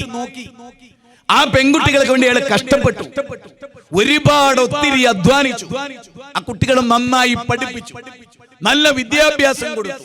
3 പയ്യന്മാരുടെ കയ്യിൽ അവരുടെ കാര്യത്തിൽ സുരക്ഷിതത്വം ഉണ്ടാക്കിയാൽ പ്രവാചകൻ പറയുന്നു മാധവട്ടം നിർത്തി ജിഹാദാണ്. ഞാൻ ഒരു കാര്യം കൂടെ പറഞ്ഞോട്ടെ. ഏതെങ്കിലും ഇപ്പൊ ഹിന്ദുക്കൾ വരെ ഞങ്ങൾക്ക് ജിഹാദില്ല എങ്കിൽ നിങ്ങൾ മനുഷ്യരല്ല. നിങ്ങൾ മനുഷ്യരല്ല. മനുഷ്യന് മാത്രം പറഞ്ഞാണ് ജിഹാദ്. ഒരു RSS പറയാ എനിക്ക് ജിഹാദില്ല എങ്കിൽ നീ മനുഷ്യനേ അല്ല. ഞാനിത് പറയുന്നുണ്ട്, നിങ്ങൾക്ക് ദേഷ്യം പിടിക്കരുത്. മനുഷ്യനാണോ ജിഹാദ് ഉണ്ട്? ഭാര്യനെ പോറ്റാനുള്ള ആൾ ത്യാഗം അനുഭവിക്കുന്നെങ്കിൽ അറബിയിൽ പറയാ ജിഹാദിലാണ്. ത്യാഗം എന്നതിന്റെ അറബിയാണത്. ജുഹദ് ജഹദ് എന്ന പദത്തിൽ നിന്നാണ് അത് ഉണ്ടായത്. നബി സല്ലല്ലാഹു അലൈഹി വസല്ലം പറയുന്ന ഒരു കാര്യമുണ്ട്, മാതാവിനെ സംരക്ഷിക്കൽ ജിഹാദാണ്. നിങ്ങളുടെ ഭാഷ പ്രകാരം എന്താ? ആരിഫിന്റെ ഭാഷ പ്രകാരം എന്താ? മാതാവിന്റെ പണ്ടത്തിലേക്ക് കത്തികെട്ടലാണ് ജിഹാദ് എന്നാണ് ആ ദജ്ജാൽ ലോകത്തോട് വിളിച്ചു പറയുന്നത്. മാതാവിനെ സംരക്ഷിക്കൽ ജിഹാദാണ്. ആയിഷ ബീവി റസൂലിന്റെ തിരുപത്നി സല്ലല്ലാഹു അലൈഹി വസല്ലമയുടെ ആയിഷ ബീവി റളിയല്ലാഹു തആല അൻഹ ചോദിക്കാണ്, ആണുങ്ങൾക്ക് ജിഹാദ് ഉണ്ടല്ലോ, ഞങ്ങൾക്കില്ലല്ലോ. ആ തെറ്റുധാരണ തിരുത്തി കൊടുക്കണം നബി. സ്വന്തം ഭാര്യക്ക് സംഭവിച്ച തെറ്റ് തിരുത്തി കൊടുക്കുന്നു മുത്തു നബി. എന്താ തെറ്റുധാരണ? ആണുങ്ങൾ ജിഹാദ് പോകുന്നു, യുദ്ധത്തിന് പോകുന്നു എന്നർത്ഥം. ആയിഷ, ഏറ്റവും വലിയ ജിഹാദിന് പോകുന്നവരാ നിങ്ങള്. ആയിഷ ബീവി കൗതുകത്തോടെ നോക്കി. ആയിഷ, നിങ്ങൾ ഹജ്ജിന് പോകുന്നില്ലേ? നിങ്ങൾ സ്ത്രീകളെ ഹജ്ജിന് ഉംറക്ക് പോകുന്നില്ലേ? ആയിഷ, അത് ജിഹാദാണ്, വമ്പിച്ച ജിഹാദാണ്. അപ്പൊ പെണ്ണുങ്ങൾ ജിഹാദിന് പോകണില്ലേ? ഉണ്ട്. ഹജ്ജിന് പോയാൽ ജിഹാദായി. എത്ര പേര് പഠിച്ചിട്ടുണ്ട് ഇസ്ലാമിനെ സംബന്ധിച്ച്? നിങ്ങൾക്കറിയോ, 140-ലധികം തവണ വിശുദ്ധ ഖുർആൻ സമാധാനം എന്ന പദം ഉപയോഗിച്ചിട്ടുണ്ട്. ഖുർആനിൽ 111 അധ്യായ ഖുർആനിലുണ്ട്. 140 സ്ഥലത്ത് സിൽമ എന്ന പദം, ഹർബ് എന്ന പദല്ലേ? ഹർബ് എന്ന് പറഞ്ഞാൽ യുദ്ധം. ഖുർആനിൽ ആകെയുള്ള 6 സ്ഥലത്താ. അത്ഭുതമല്ലത്? ഇവിടെ ഇരിക്കുന്ന മുസ്ലിങ്ങൾക്ക് പോലും അത്ഭുതമായിരിക്കില്ലേ? നിങ്ങൾ ചിന്തിക്ക്, 140 സ്ഥലത്ത് സമാധാനം എന്ന പദ. അതുകൊണ്ടാണ് ഇസ്ലാം സമാധാനം എന്നത്. ഇസ്ലാമിക ഭീകരവാദം എന്ന് പറഞ്ഞാല് അതെങ്ങനെ പോസ്റ്റുംകാലി എന്ന് പറയുന്ന പോലെയാ. ഇസ്ലാം എന്ന് പറഞ്ഞാൽ സമാധാന ഭീകരവാദം. ഭീകരവാദം സമാധാനാവോ?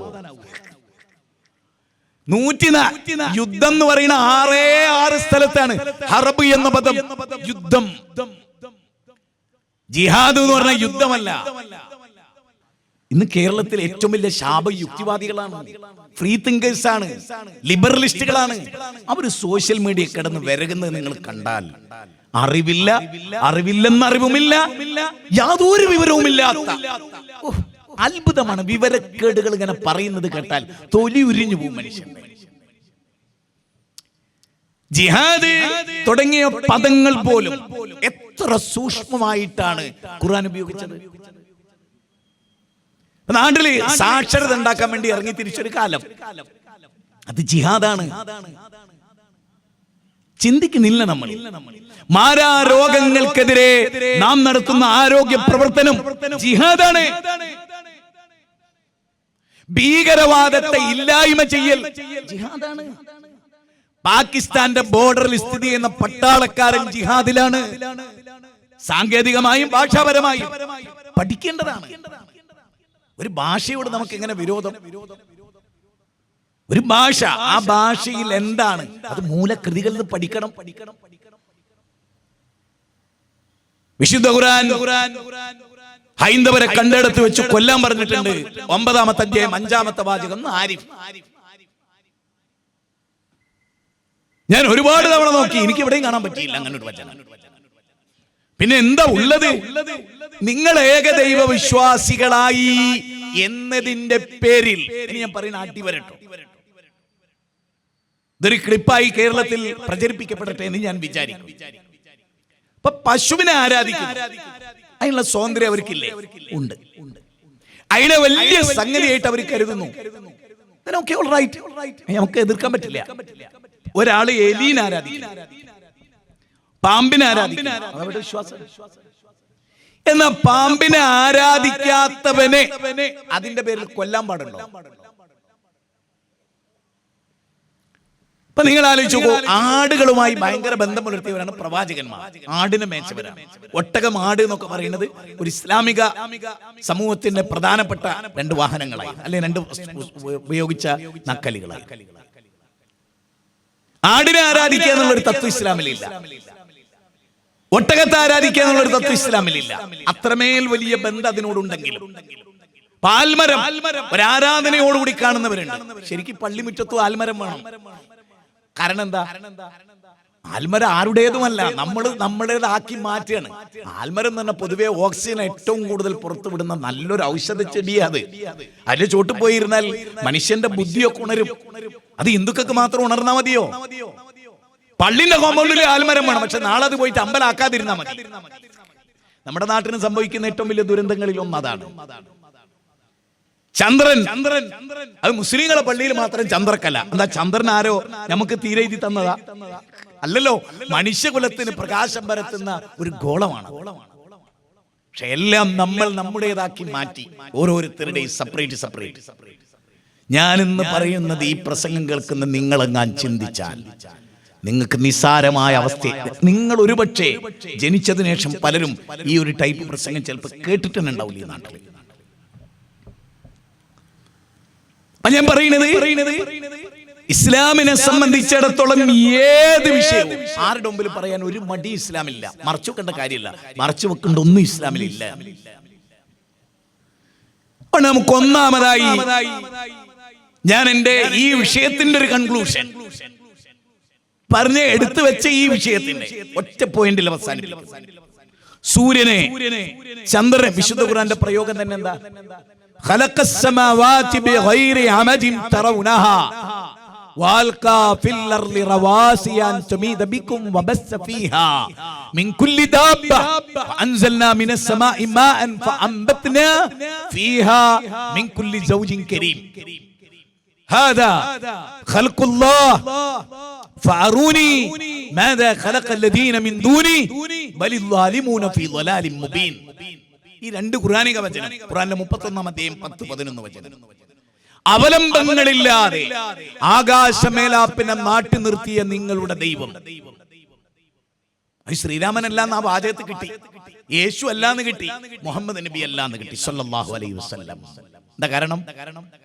ആകാശം അവരൊക്കെ മുമ്പേ ഉള്ളതാ. വിശുദ്ധ ഖുർആന്റെ പ്രയോഗം നോക്കി നിങ്ങൾ ചിന്തിക്കുന്നവർ 78 സ്ഥലത്താണ് ഖുർആൻ ചോദിച്ചോ ചിന്തിക്ക്. തെങ്ങിനെ സൃഷ്ടിച്ചവനും ആൽമരത്തെ സൃഷ്ടിച്ച ഈത്തപ്പഴയെ സൃഷ്ടിച്ച പടച്ചോൻ ഒക്കെ ഒന്നാണടോ, ഒറ്റ പടച്ചോൻ, ഒന്നിലധികമല്ല. എന്നിട്ട് ഖുർആൻ പറയുന്നതോ ഭൂമി നിങ്ങളെയും കൊണ്ട് ഇളകാതിരിക്കാൻ മൗണ്ടൈൻസിനെ സൃഷ്ടിച്ച ദൈവം. ശ്രീരാമൻ ജനിക്കുമ്പോൾ ഇവിടെ മൗണ്ടൈൻസ് ഉണ്ട്, എവറസ്റ്റ് ഉണ്ട്, എല്ലാ പർവ്വതങ്ങളും ഉണ്ട്. ഈ നേതാക്കന്മാരൊക്കെ ജനിക്കുന്നതിനും ഈ ഭൂമിയിൽ പർവ്വതമുണ്ട്. ഖുർആന്റെ ചോദ്യം തന്നെ എന്താണ്? പർവ്വതത്തെ ആണിയാക്കിയവൻ ദൈവം. നിങ്ങൾ വിചാരിക്കണ്ടോ അതൊരു നിസാര കാര്യം ഈ പറയുന്നത്? നമ്മളിങ്ങനെ മുമ്പേ ഗമിച്ചീടിന ഗോപുതന്റെ പിമ്പേ ഗമിക്കും ബഹുഗോക്കളെല്ലാം. അമ്പലത്തിൽ ഉത്സവമുള്ളപ്പോൾ പോവും, അവിടെ പാട്ടും കൂത്തും ഉണ്ടാവും, ഡാൻസ് ഉണ്ടാവും, എല്ലാം ഉണ്ടാവും. ആത്മീയ കേന്ദ്രത്തിന് നിലക്കാത്തൊക്കെ നേർച്ച സ്ഥലത്തും പൂരോത്സവത്തിൽ എല്ലാ മതസമൂഹത്തിനും ഉണ്ടാവും. എന്നിട്ട് അവിടുന്ന് ചോദിക്കുക, 7 ദിവസം ക്ഷേത്രോത്സവം കഴിഞ്ഞ് തിരിച്ചു പോരുമ്പോ എന്ത് ജീവിത വിശുദ്ധി നേടി എന്ന് ചിന്തിച്ചിട്ടുണ്ട് എപ്പോഴെങ്കിലും? പട്ടാമ്പി നേർച്ചക്കോ കൊണ്ടോട്ടി നേർച്ചക്കോ വിഴിഞ്ഞം നേർച്ചക്കോ പോയി വരുന്ന തിരുവനന്തപുരം ഭീമാവുമിച്ചന്റെ നേർച്ച കഴിഞ്ഞു വരുന്ന ഒരുത്തനോട് ചോദിക്കും, മോനെ നീ ആ നേർച്ച തുടങ്ങുന്നതിന് മുമ്പ് ജീവിച്ചതും നേർച്ചന്റെ ഇടക്കും, മോൻ പറയും ഞാൻ ലേശം കൂടുതൽ കഞ്ചാവ് കഴിച്ച് ആ ദിവസങ്ങളിലാണ്. കാരണം അതൊക്കെ കിട്ടുന്ന കേന്ദ്രമാണിത്. നിങ്ങൾ ചിന്തിക്കോ? നിങ്ങൾ അംഗീകരിക്കോ? പരിശോധിച്ചു നോക്ക്. നിങ്ങൾ എല്ലാ ധർമ്മങ്ങളുടെയും കേന്ദ്രമായി ആരാധനാലയങ്ങളുടെ പരിസരം മാറാനുള്ള കാരണം എന്തറിയോ? സൃഷ്ടാവിൽ നിന്ന് സൃഷ്ടികളിലേക്ക് മനുഷ്യർ യാത്ര പോയി. സൃഷ്ടാവിനെ ആരാധിക്കുമല്ല, ലഅല്ലക്കും തത്തഖൂൻ, നിങ്ങൾ സൂക്ഷ്മതാബോധമുള്ളവരാകാൻ എന്ന് പഠിപ്പിച്ചേ. എന്നതാകുന്നുണ്ടോ? സത്യം പറഞ്ഞാൽ ഓരോ വർഷത്തിലെ ശബരിമലയിലും ഹജ്ജിനും പോയി വന്ന മനുഷ്യൻ നന്നാവല്ലേ വേണ്ടത്? എന്തേ നന്നാകാത്തത്? എവിടെയോ ഒരു സ്പെല്ലിംഗ് മിസ്റ്റേക്ക്. അതിന്റെ അടിസ്ഥാന കാരണം നിങ്ങൾ നോക്കൂ. നിങ്ങൾ മുസ്ലിം സമുദായത്തെ നോക്കൂ. ഞാൻ വേറൊന്നും പറയുന്നു. അവർക്ക് ഖുർആനുമായുള്ള ബന്ധം എന്താണ്? മരിച്ചാല് ആ വീട്ടിൽ ഇങ്ങനെ ഇരുന്ന് ഖുർആൻ ഓതുന്നത് കാണാം. മാധവട്ടം വന്ന് ഇങ്ങനെ പോകുമ്പോ ഉസ്താദ്മാരിരുന്ന് ഖുർആൻ ഓതുന്നു, അപ്പുറത്ത് വല്യമ്മ ഇരുന്ന് ഖുർആൻ ഓതുന്നു. എന്നിട്ട് നമ്മൾ ചോദിക്കുക, ഇത് എന്തെങ്കിലും ഈ ഓതുന്നത്, എന്താ ഈ പാരായണം ചെയ്യുന്നത്? സൂറത്ത് യാസീൻ. ആ യാസീനിൽ അള്ളാഹ് പറയുന്നത് എന്തറിയോ? ലിയുൻതിറ മൻ കാന ഹയ്യ. ഇത് മരിച്ചിടത്തല്ല ഓതണ്ടേ, ജീവിച്ചിരിക്കുമ്പോൾ ഓതി കൊടുക്കേണ്ടതാണ്. ഏത്? സൂറത്ത് യാസീനിൽ ഖുർആനിലെ 36-ാം അധ്യായത്തിൽ. എനിക്ക് അത്ഭുതമാണ് റബ്ബേ, ഈ കൗമിനെ എത്ര നേരത്തെ ട്രീറ്റ് ചെയ്തു പടച്ചോനെ. മരിച്ചെടുത്ത് യാസീൻ അള്ളാഹ് പറയണം, എടോ ഇത് മരിച്ചെടുത്ത് ഓതാണല്ലോ, ഇത് ജീവിച്ചിരിക്കുമ്പോ ആ മനുഷ്യൻ ഓതിക്കൊടുക്ക്. എന്നിട്ട് ഖുർആൻ ഒന്നുകൂടി പറഞ്ഞത് സത്യനിഷേധികൾക്ക് ഞാൻ ചോദിക്കുന്ന ഒരുത്തൻ സത്യനിഷേധിയായി മരിച്ചു, ഓന്റെ മുമ്പിലാണ് ഈ ഖുർആന്റെ വചനം അവസാനിക്കുന്ന എങ്ങനെ? സത്യത്തെ നിഷേധിക്കുന്നവന് താക്കീതുമാണ്. മരിച്ചതിന് ശേഷമാണ് ഒരുത്തന് താക്കീത് കൊടുക്കേണ്ടത്. കഞ്ചാവ് അടിക്കരുതെന്ന് മരിച്ചെടുക്കുന്നവരോട് പറയാ. അല്ലടോ, തലച്ചോറ് പെരിച്ചായി തിന്നാൽ പിന്നെ എന്ത് ചെയ്യും? ഞാൻ കടുപ്പിച്ച് പറയുന്ന ആളാട്ടോ, അതിനൊന്നും ബേജാറുണ്ട്. അതിൽ കയമ്പുണ്ടാവും. ഈ വർത്താനത്തിനല്ലാണ്ട് മനുഷ്യനെ നന്നാക്കാൻ കഴിയില്ല. സോപ്പിട്ട് പോയാൽ നിങ്ങൾ നന്നാവില്ല. ഇത് ബൈപ്പാസ് സർജറിയാണ്, ആത്മീയ സർജറി. മനസ്സിലായോ? ഞാൻ എന്റെ ജീവിതത്തിൽ ഉണ്ടായ ഒരു അനുഭവം ഞാൻ പറയാം. കല്ലാച്ചിയിൽ ഒരു ഹമീദ് ഉണ്ട്, അറിയ കേട്ടിട്ടുണ്ടോ? 5 ആളുകളെ കൊന്നേ, സ്വന്തം ഉമ്മാനടക്കം അമ്മിക്കുട്ടി കൊണ്ട് ഒരു വീട്ടിൽ 5 പേരെ കൊന്നേ. പിന്നീട് എത്രയോ വർഷം കഴിഞ്ഞിട്ടാണ് നമ്മളെ പിന്നെ വെഞ്ഞാറമൂടിലെ ഈ 5ഉം 6ഉം ഒക്കെ കൊലപാതകം. ആദ്യം നടന്ന് കല്ലാച്ചിയില ഹമീദ്. എന്നിട്ട് ഈ ഹമീദ് ഉമ്മാനെ കൊന്നിട്ട് ആ ഉമ്മാന്റെ കവറും പുറത്ത് ഖുർആൻ ഖത്ത് ഓതുക. ഉമ്മാന്റെ കവറും പുറത്ത് ഖുർആൻ ഖത്തം ഓതുക. എന്താ ഓതുന്നത്? വഖലാ റബ്ബുക അല്ലാ തഅബുദൂ ഇല്ലാ ഇയ്യാ വബിൽ വാലിദൈനി ഇഹ്സാനാ ഇമ്മാ യബ്ലുവന്ന ഇൻദകൽ കിബറ അഹദുഹുമാ ഔ കിലാഹുമാ ഫലാ തഖുൽ ലഹുമാ ഉഫിൻ വലാ തൻഹർഹുമാ വഖുൽ ലഹുമാ ഖൗലൻ കരീമാ വഖ്ഫിദ് ലഹുമാ ജനാഹ ദുല്ലി മിനർ റഹ്മ വഖുർ റബ്ബിർഹംഹുമാ കമാ റബ്ബയാനി സഗീറാ. ഞാൻ ഈ മുസ്ലിം ഉമ്മത്തിനെ കുറിച്ചോർത്ത് ചങ്കുപൊട്ടുന്ന ഒരാളാണ്. അതുകൊണ്ട് തന്നെ എനിക്ക് വേദന കൂടുതലുള്ള ഒരാളാണ്. അതുകൊണ്ട് തന്നെ സ്ട്രോങ്ങും കൂടുതലുള്ള ഒരാളാണ്. ഞാൻ അത്രമേൽ മനുഷ്യകുലത്തിന്റെ തെറ്റായ നടപടികളെ കുറിച്ച് ഉറങ്ങാതെ ചിന്തിക്കുന്ന ഒരു മനുഷ്യനാണ്. അതുകൊണ്ട് ഞങ്ങളോട് പറയണ ഈ ഖുർആന്റെ വചനം എന്താ അറിയോ? ഉമ്മാനോടും ഉപ്പാനോടും ഛേ എന്ന വാക്ക് പറയരുതേ. ഹമീദ് എന്താ ചെയ്ത്? അമ്മിക്കുട്ടിയോട് അടിച്ചെടുക്കൊന്നു എന്ന് പറയരുത് എന്നായിരുന്നു ഹമീദിനോട് അള്ള പറഞ്ഞു. പക്ഷെ ഹമീദ് എന്താ ചെയ്ത്? ഞാൻ അമ്മിക്കുട്ടിയോട് തലക്കൊരൊറ്റടി, തലച്ചോറ് പൊളന്നിട്ടാണ് ഉമ്മ മരിച്ചത്. എന്നിട്ട് ആ ഉമ്മാന്റെ കബറും പുറത്ത് ഇരുന്നിട്ട് ഓൻ ഓത് എന്ത്? ഉമ്മാനോട് ചേന്ന് പറയല്ലേ. ഉമ്മാനെ തച്ചൊന്ന് കബറടക്കിയതിനു ശേഷം ഇനി ഞാൻ കുറ്റപ്പെടുത്തുന്ന അറിയോ? ആ കമറുലുലമ, സംശുലുലമ, മറ്റേ ഉലമ, മറച്ചേ ഉലമ എന്നിട്ട് ഒരു വിവരമില്ലാത്തവനെ കൊണ്ടെടുക്കില്ലേ ഓലെ. ഈ സമുദായം ഇന്ന് ചെയ്യുന്ന സകല തോന്നിയാസത്തിന്റെയും അടിസ്ഥാനം ഉസ്താദുമാരാണ് എന്ന് വിശ്വസിക്കുന്ന ഒരാളാണ്. ലോകത്ത് വേറെ ആർക്കും മനുഷ്യന്റെ തമ്മാടിത്തത്തിൽ പങ്കില്ല, ഉസ്താദുമാർക്കല്ലാതെ.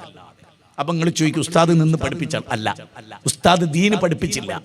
ഉസ്താദിന് ജീവിക്കാൻ വേണ്ടിയുള്ളത് മാത്രം പഠിപ്പിച്ചു കൊടുത്തു. ഉസ്താദിന്റെ പോക്കറ്റ് നിറയണം, ഉസ്താദിന് ധന്യമായി ജീവിക്കണം. അത് കാസർഗോഡ് നിന്ന് പുറപ്പെടുമ്പോ 2 കോടിന്റെ കാറ്, അത് കണ്ണൂർ ജില്ലയിലേക്ക് ഇറക്കുമ്പോൾ 4 കോടിന്റെ കിട്ടിയ 4 കോടിന്റെ, അത് അടുത്ത ജില്ലയിലേക്ക് ഇറക്കണ 8 കോടിന്റെ കിട്ടിയ 8 കോടിന്റെ, 800 കോടിന്റെ കിട്ടിയാൽ അതിലും കേറൂല എന്ന് പറയില്ല. ഇത്ര ആർഭാടം വേണ്ട. എത്രയോ ദരിദ്രനായി ജീവിച്ച നബീൻ അനുയായി ഞാൻ ജീവിതത്തിൽ പറയില്ല. ചിന്തിക്കാൻ വേണ്ടിയാ പറയുന്നത് കേട്ടോ. എനിക്കറിയാം, ഞാനൊക്കെ വലിയ പ്രതിസന്ധി നേരിടുന്ന ആളാ. പ്രബോധന രംഗത്ത് തല്ല് കിട്ടിയ ആളാ, വടിവാള് കൊണ്ട് വീശൽ കിട്ടിയ ആളാ.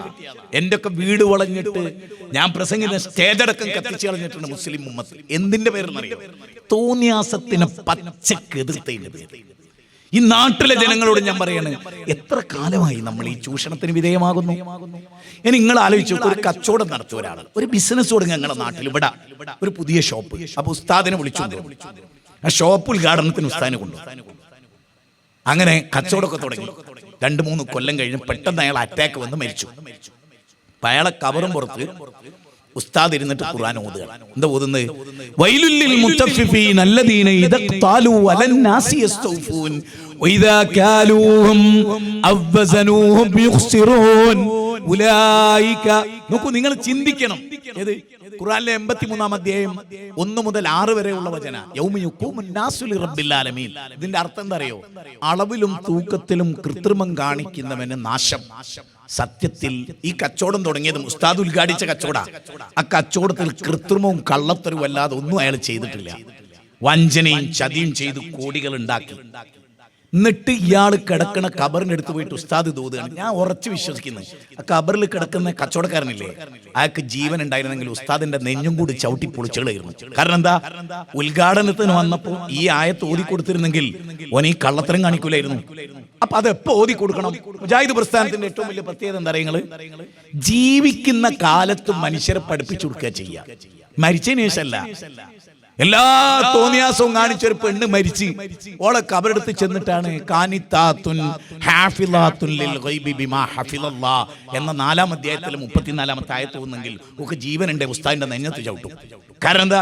ജീവിതകാലത്ത് അവരുടെ അടക്കമുണ്ടാകണം പെണ്ണെ, ഭർത്താവിനെ വഞ്ചിക്കരുത് പെണ്ണെ, പടച്ചോനെ മാത്രം പേടിക്കണം പെണ്ണെ എന്ന്. കാമുകന്റെ കൂടെ പോയി ആക്സിഡന്റിൽ മരിച്ചതാ. എന്നിട്ട് ഓളെ കബറും പുറത്ത് ഓതി കൊടുക്കുകയാണ് എന്ത്? ഭർത്താവിനെ പറ്റിക്കുന്ന പെണ്ണാകരുത്. നിങ്ങൾ ചിന്തിക്ക്, നിങ്ങൾക്ക് ചിന്തിക്കാൻ കഴിയുന്നുണ്ടോ? നിങ്ങൾക്ക് ചിന്തിക്കാൻ കഴിയുന്നുണ്ടോ? മനുഷ്യരെ ശരിക്കും ആലോചിച്ചു നോക്കുക, എവിടെയാണ് നമ്മുടെ ഉമ്മത്തിന്? നിങ്ങൾക്കറിയോ ഖുർആൻ പറയുന്ന ഒരു കാര്യം?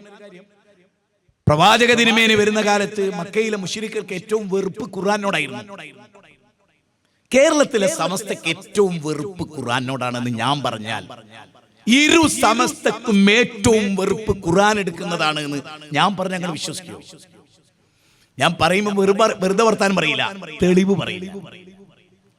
തഖ്ദീറുൽ ഇഖ്വാൻ ഒരു പുസ്തകത്തിന്റെ പേരാ പറയുന്നത്.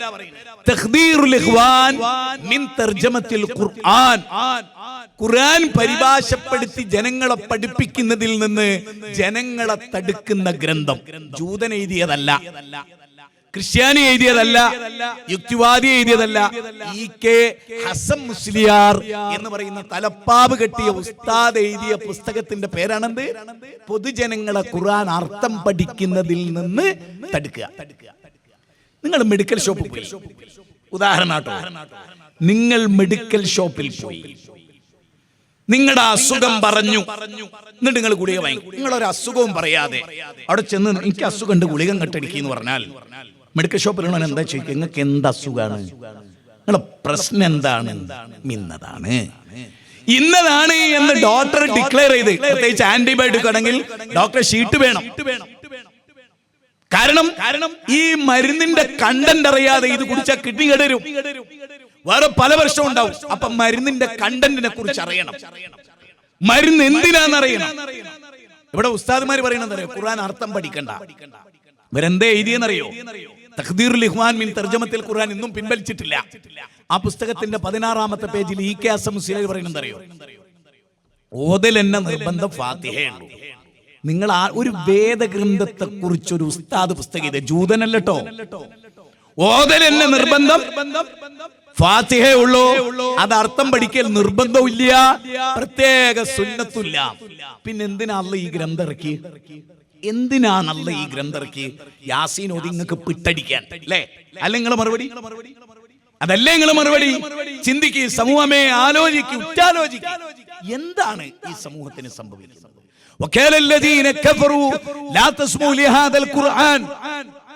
ഈ ഖുർആൻ ഓതുന്നിടത്ത് കൂക്കി ബഹളം ഉണ്ടാക്കിക്കൊള്ളിയും അബൂജഹലും കൂട്ടരും പറഞ്ഞ. ഞാൻ എത്രയോ സദസ്സിൽ അനുഭവിച്ചൊരു കാര്യം, മൊയ്ലിയമാരാ കൂക്കുക ഖുർആൻ ഓതുന്നിടത്ത്. അപ്പൊ ശരിക്കും അബൂജഹലിന്റെ ടീം ആരാ? ആലോചിക്ക്. ഇനി ബുർദ ബുസീരി എന്നുണ്ട്, കേട്ടിട്ടുണ്ടോ? ബുസീരിയുടെ ബുർദ കേട്ടോല്ലോ, ഒന്ന് കൈബന്ധിച്ചേ. അത് എഴുതിയപ്പോ ഇവര് പറഞ്ഞു കേൾക്കണ്ടേ? നേരത്തെ തഖ്ദീറുൽ ഇഖ്വാൻ മിൻ തർജമത്തിൽ ഖുർആനെ കുറിച്ചാ പറഞ്ഞു. ഇനി ബുർദ ബുസീരിയിലെ 16-ാമത്തെ പേജിൽ എന്താണ്? മറ്റതും 16-ാമത്തെ പേജ, അതിലും 16-ാമത്തെ പേജ. ഇതിൽ എന്താ പറയുക? ബുർദ ബുസീരിയുടെ അർത്ഥം പഠിക്കൽ നിർബന്ധമാണ്. കാരണം അതിൽ നല്ല നല്ല പ്രാർത്ഥന ഉണ്ട്.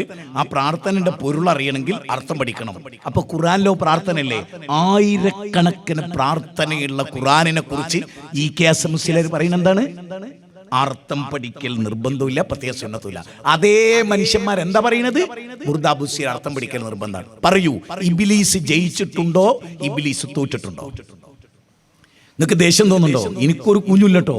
ഞാൻ അങ്ങനത്തെ ഒരു ഈ കാര്യത്തിലൊന്നും ഒരു പേടിയും കൂസലും ഇല്ലാത്തൊരു പടപ്പാ. വേറൊന്നും കൊണ്ടല്ല, അള്ളാന്റെ വായു ശ്വസിച്ച് നമ്മളിവിടെ ജീവിക്കുന്നത്. പടച്ചോൻ അവതരിപ്പിച്ച ഖുർആനിൽ നിന്ന് ജനങ്ങളെ തടുക്കുന്ന ഏതൊരു തലം. എന്റെ വിശ്വാസപ്രകാരം സകല മനുഷ്യരോട് ഇത് പറയണം. അമ്പലത്തിൽ കയറിയിട്ടും ജനങ്ങളോട് പറയണം, നിങ്ങൾക്ക് വേണ്ടി ദൈവം അവതരിപ്പിച്ച ഒരു ഗന്ധം ഞങ്ങളുടെ കയ്യിലുണ്ട്. നിർബന്ധിക്കുന്നൊന്നുമില്ല, ഞങ്ങൾ നോക്കിക്കൊള്ളി. അത് നമ്മുടെ ബാധ്യതയാണ്. ചർച്ചിന്റെ ഉള്ളിൽ പള്ളിയിൽ അച്ഛൻ്റെ അടുത്ത് എന്ന് പറയണം, അച്ചോ നിങ്ങളുടെ വിശ്വാസത്തിൽ തകരാറുണ്ടെന്ന് നിങ്ങളുടെ ഗ്രന്ഥത്തിൽ ഞങ്ങൾ മനസ്സിലാക്കി. എന്നിട്ട് ആ ഗ്രന്ഥം വായിച്ചു. അതിന്റെ ബാധ്യത നമുക്കുണ്ട്. ഞാൻ എല്ലാവരോടും പറയാൻ, അല്ലെങ്കിൽ ദൈവസന്നിധിയിൽ പാവപ്പെട്ട ഹൈന്ദവനും ക്രൈസ്തവനും നമുക്കെതിരെ സംസാരിക്കും. ഒരു സംശയവും നിങ്ങൾക്ക് വേണ്ട, എതിരെ പറയും. ഈ ലോകത്തൊരു ദൈവീക ഗ്രന്ഥം ഓരോ വിഷയത്തിലും എത്ര ക്ലാരിറ്റിയാണ് ഖുർആനിന്റെ. അപ്പൊ നിങ്ങൾ നോക്ക്, നബി സല്ലല്ലാഹു അലൈഹി വസല്ലം ഈ ലോകത്ത് വന്ന് 23 കൊല്ലം ജീവിച്ചു. ലളിതമായ സുന്ദരമായ ഒരു ഉദാഹരണത്തിലൂടെയാണ് ഈ കാര്യം ഞാൻ നിങ്ങളെ പൂരിപ്പിക്കുന്നത്. ബദർ യുദ്ധമുണ്ടായി. ഇസ്ലാമിക ചരിത്രത്തിലെ പ്രവാചകന്റെ നേതൃത്വത്തിലെ ആദ്യത്തെ യുദ്ധം. ഈ യുദ്ധം എന്തിനായിരുന്നു? അല്ലാഹു ഖുർആനിൽ ഈ യുദ്ധം എന്തിനായിരുന്നു എന്ന് പറയുന്നുണ്ട്. പടച്ചോൻ പറയുന്നുണ്ട്, വേറൊരാളും പറയണ്ട, പടച്ചോൻ പറയുന്നു. ഉദിന ലില്ലദീന യുഖാതലൂന ബിഅന്നഹും ളുലിമൂ വഇന്നല്ലാഹ അലാ നസ്രിഹിം ലഖദീർ വല്ലദീന ഉഖ്രിജൂ മിൻ ദിയാരിഹിം ബിഗൈരി ഹഖ്ഖിൻ ഇല്ലാ അൻ യഖൂലൂ റബ്ബുനല്ലാഹ്. അല്ലാഹയാണ് ഞങ്ങളുടെ റബ്ബ് എന്ന് പറഞ്ഞതിന്റെ പേരിൽ വീട്ടിൽ നിന്ന് പുറത്താക്കപ്പെട്ടവരാവര്. മക്കയിൽ നിന്ന് മദീനയിലേക്ക് ഒരു ഹിജ്റ വന്നത് എന്തിനാ? വലിയ കച്ചവടം ചെയ്യാനാ? അല്ല, പടച്ചോനെ മാത്രമേ ആരാധിക്കൂ എന്ന് പറഞ്ഞതിന്റെ പേരിൽ, ഒരു മഹാനെയും വിളിച്ചു പ്രാർത്ഥിക്കില്ലെന്ന് പറഞ്ഞതിന്റെ പേരിൽ ഞാൻ കൃത്യമായി പറയുന്നു, ഒരു ബീവിയെയും ഒരു വലിയനെയും ഒരു നബിയെയും ഒരു മലക്കിനെയും ഒരു ജിന്നിനെയും ഞങ്ങൾ വിളിച്ച് പ്രാർത്ഥിക്കില്ല എന്ന് പറഞ്ഞതിന്റെ പേരിൽ മദീനയിലേക്ക് യാത്ര പോയ ആളാണ് മുഹമ്മദ് നബി സല്ലല്ലാഹു അലൈഹി വസല്ലം. എന്തിനാ അവര് യാത്ര പോയത്? അല്ലാഹനെ മാത്രമേ ഞങ്ങൾ വിളിച്ചു ദുആ ചെയ്യൂ. നിങ്ങൾ എന്തെങ്കിലും മനസ്സിലാക്കി ഖുർആനിലെ വമാ ഖലഖതുൽ ജിന്ന വൽ ഇൻസ ഇല്ലാ ലിയഅ്ബുദൂൻ മാ ഉരീദു മിൻഹും മിർ റിസ്കിൻ വമാ ഉരീദു അൻ യുത്ഇമൂൻ. അദ്ദാരിയ 51 അധ്യായം 56 വചനം. ജിന്ന് വർഗത്തെയും ഇൻസ് വർഗത്തെയും സൃഷ്ടിച്ചത് ദൈവത്തെ മാത്രം ആരാധിക്കാനാ. ഇനി നിങ്ങൾ നോക്ക്, റസൂൽ പറയാൻ, അപ്പൊ എന്താ ഇബാദത്ത്? ദൈവത്തെ മാത്രം ഇബാദത്ത് ചെയ്യാനാണ് മനുഷ്യനെ സൃഷ്ടിച്ചെന്ന് പറയുന്നു. പാമ്പിനെ ആരാധിച്ചുകൂടാ, സിംഹത്തെ ആരാധിച്ചുകൂടാ, ഒന്നിനെ ആരാധിച്ചുകൂടാ പടച്ചോനെ അല്ലാതെ. ഇത് ഞാൻ പറയുമ്പോ കേനോപനിഷത്ത്, നിങ്ങൾ ഉപനിഷത്ത് എടുത്തു നോക്കിയേ. ഈശാവാസ്യോപനിഷത്തിന്റെ 12ാമത്തെ ശ്ലോകം എന്താ? ഹന്തം തമഹ പ്രവിശംതിയേ സംപൂത്യമുപാസദേ തദോബുയ ഇബദേ ഇഹ്സംബുദ അംരദഹ. ഈശാവാസ്യോപനിഷത്തിന്റെ 12ാമത്തെ ശ്ലോകത്തിൽ പറയുന്നത് അറിയോ? പശുവിനെ ആരാധിച്ചാൽ സ്വർഗം കിട്ടുന്നല്ല, നരകത്ത് പോകുന്ന. ഇതാര് പറഞ്ഞു കൊടുക്കണം? സന്യാസി പറഞ്ഞു കൊടുക്കണം. ആർക്ക് പറഞ്ഞു കൊടുക്കണം? ഹൈന്ദവർക്ക് പറഞ്ഞു കൊടുക്കണം. പാമ്പിനെ ആരാധിച്ചാൽ, പശുവിനെ ആരാധിച്ചാൽ, സൂര്യനെ ആരാധിച്ചാൽ, ചന്ദ്രനെ ആരാധിച്ചാൽ. വിശുദ്ധ ഖുർആൻ പറയുന്നതറിയോ? ലാ തസ്ജുദൂ ലിശംസി വലാ ലിൽഖമർ വസ്ജുദൂ ലില്ലാഹില്ലദീ ഇൻ കുൻതും ഇയ്യാഹു തഅബ്ദൂൻ. സൂര്യനെ നിങ്ങൾ സുജൂദ് ചെയ്യരുത്, ചന്ദ്രനെ നിങ്ങൾ ആരാധിക്കരുത്, സൂര്യനെയും ചന്ദ്രനെയും സൃഷ്ടിച്ചവനെ. എത്ര ബെറ്ററാണ്! എന്തൊരു രസകരമായ പ്രയോഗമാണ്. സൂര്യനെ ഖുർആനിലെ 41 അധ്യായം 37 വചനം. സൂര്യനെ സൃഷ്ടിച്ച പടച്ചവനെയാണ് ആരാധിക്കേണ്ടത്. നമ്മുടെ സാധാരണ പണ്ടൊക്കെ ഞാൻ ബസ് പോകുന്ന കാലത്ത് കേട്ടൊരു പാട്ടാണ്. ഭാഗ്യ നക്ഷത്രങ്ങളെ നിങ്ങൾ നിർവചിക്കുന്നു ജയവും പരാജയവും. ഭാഗ്യ നക്ഷത്രങ്ങളെ നിങ്ങൾ നിർവചിക്കുന്നു ജയവും പരാജയവും. ഭാഗ്യ നക്ഷത്രങ്ങളാണ് സമ്പൂർണ്ണ വാരഫലം എന്ന് കേട്ടിട്ടുണ്ട്.